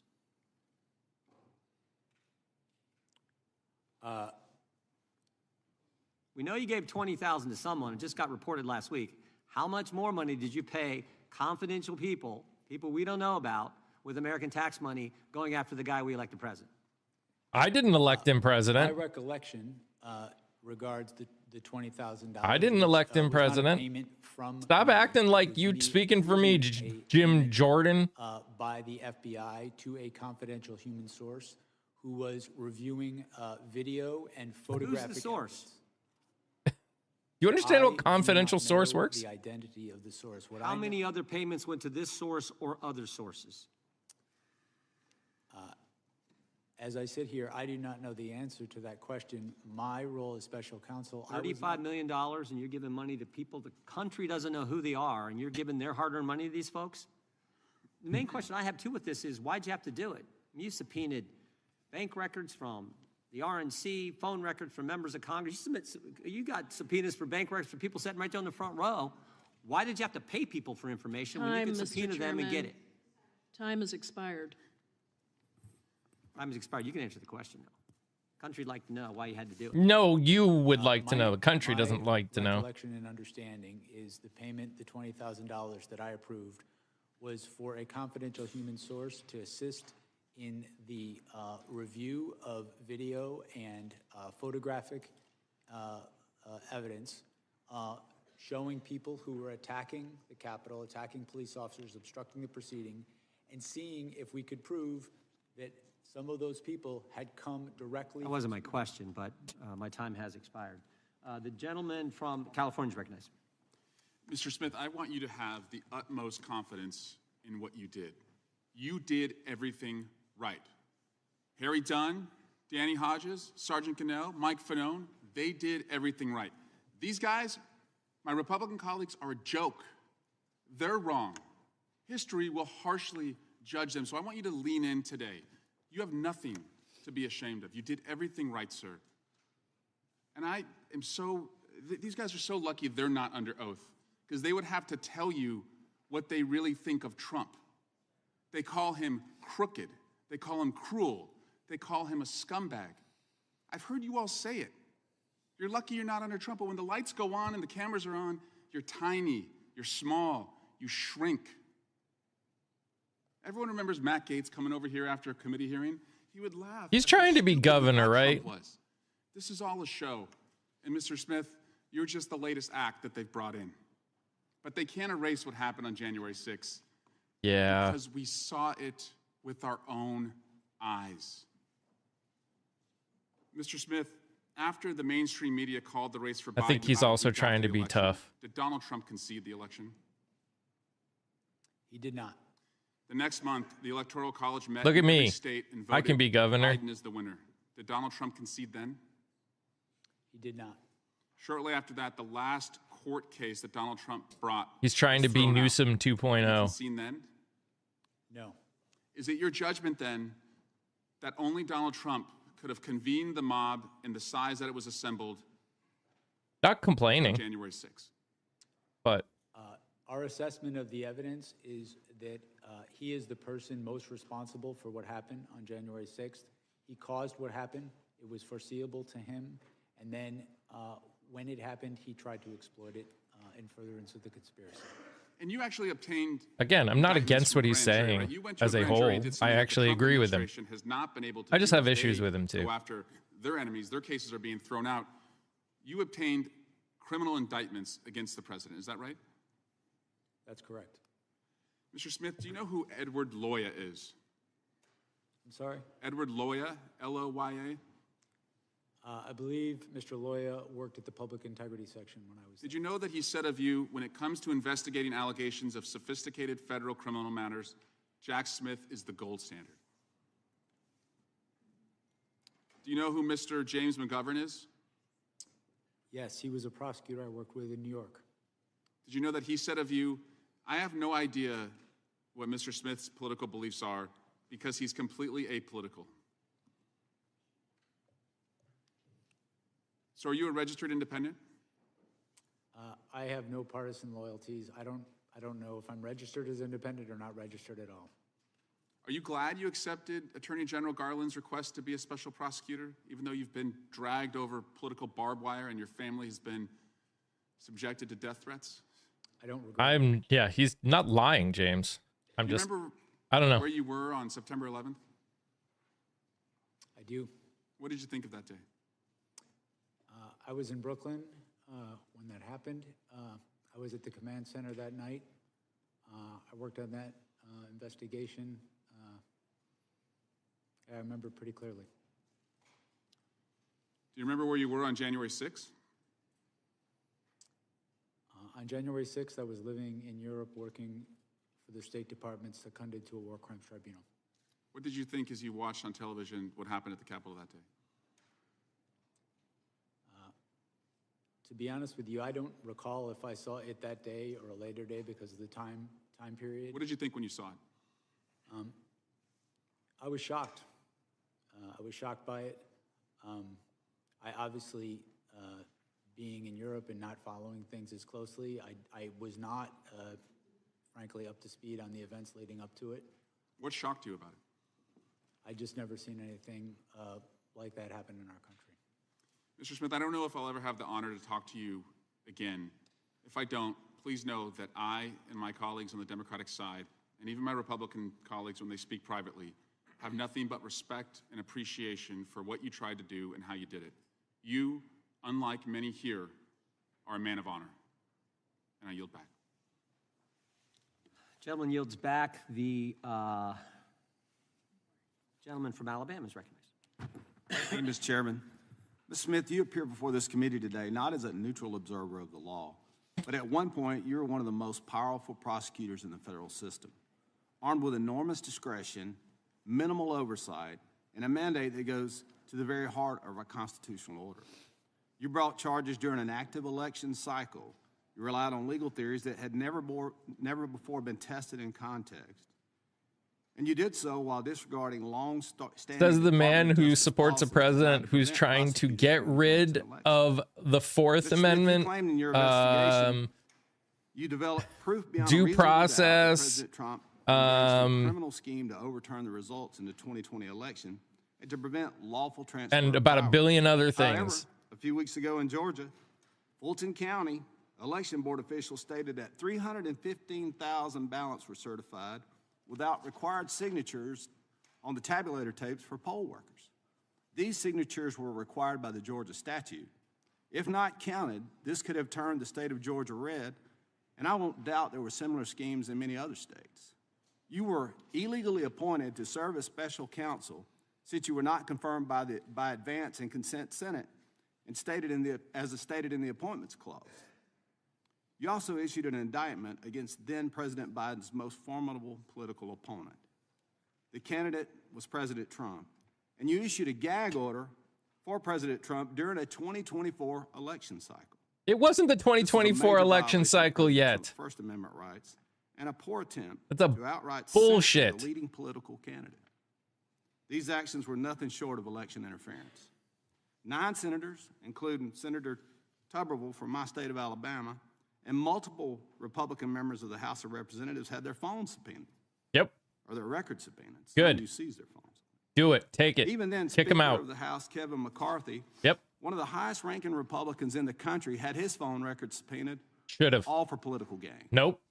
Because they broke the law. Clearly violated the speech and debate clause. Nope. As John Keller of the DOJ's Public Integrity section addressed this issue in an email dated May 17th of 2023, D.C. Circuit President stated that the speech and debate clause, and the bar is this, bar on compelled disclosure is absolute. These instances are not only the tip of the iceberg about you and your team's flagrant disregard of the Constitution. Mr. Smith, your actions have changed and damaged confidence in our justice system. No, Today, this committee will you determine whether have done damage that. was a result of reckless judgment, political bias, or deliberate misuse of authority. And with that, Mr. Chairman, I'll yield you the balance of my time for questions. I thank the gentleman for yielding. I want to go back to that email. If we could put that up, this email that Mr. Gill highlighted a few minutes ago. This is the justification from the Public Integrity section. If you look at the bottom, John Keller, Public Integrity section, for going and getting the phone records, toll records of members of Congress. And there's a couple things I want to highlight. That first highlighted area, there is some litigation risk. So they admit there's some concern here. And they send this to the copy to Jack Smith's team. And then you go down later, as Mr. Gill pointed out, the case law is clear. A legislator may intervene and oppose such use. So the risk is real. But here's the deal. There was really no risk because we weren't going to know. All right, Scott. They weren't going to tell us. They made sure they didn't tell us because they went to the judge and got a gag order. I need to jump Look off. at the last Guys, sentence. I didn't realize what time it was. Guys, I have to jump off too. Low I've got likelihood that an any of the interview in like members 30 listed minutes. below would be charged. So they're not going to know because we're not going to charge any of these Guys, thanks for hanging out with me. Make sure you go over and check out my YouTube. I'm sorry, I got to jump off. Maybe you can find someone else who's doing this right now. You guys rock. Thanks for being here. Please go check out the YouTube. I'm interviewing people that are running for office. If you're interested and you want to help these people that are running grassroots campaigns, that are not taking PAC money, that are doing all of the stuff right, that actually want to make changes, please go watch their stuff and help it get pushed out to people. Please, please, please. It's really important. I'll be back again tomorrow. And yeah, you guys are amazing just the way you are. And I love you all very much. Stay safe, stay healthy. Remember to sing, laugh, dance, smile, and do something that makes you happy. Bye, guys. Sorry to jump off. I didn't realize I was 30 minutes late.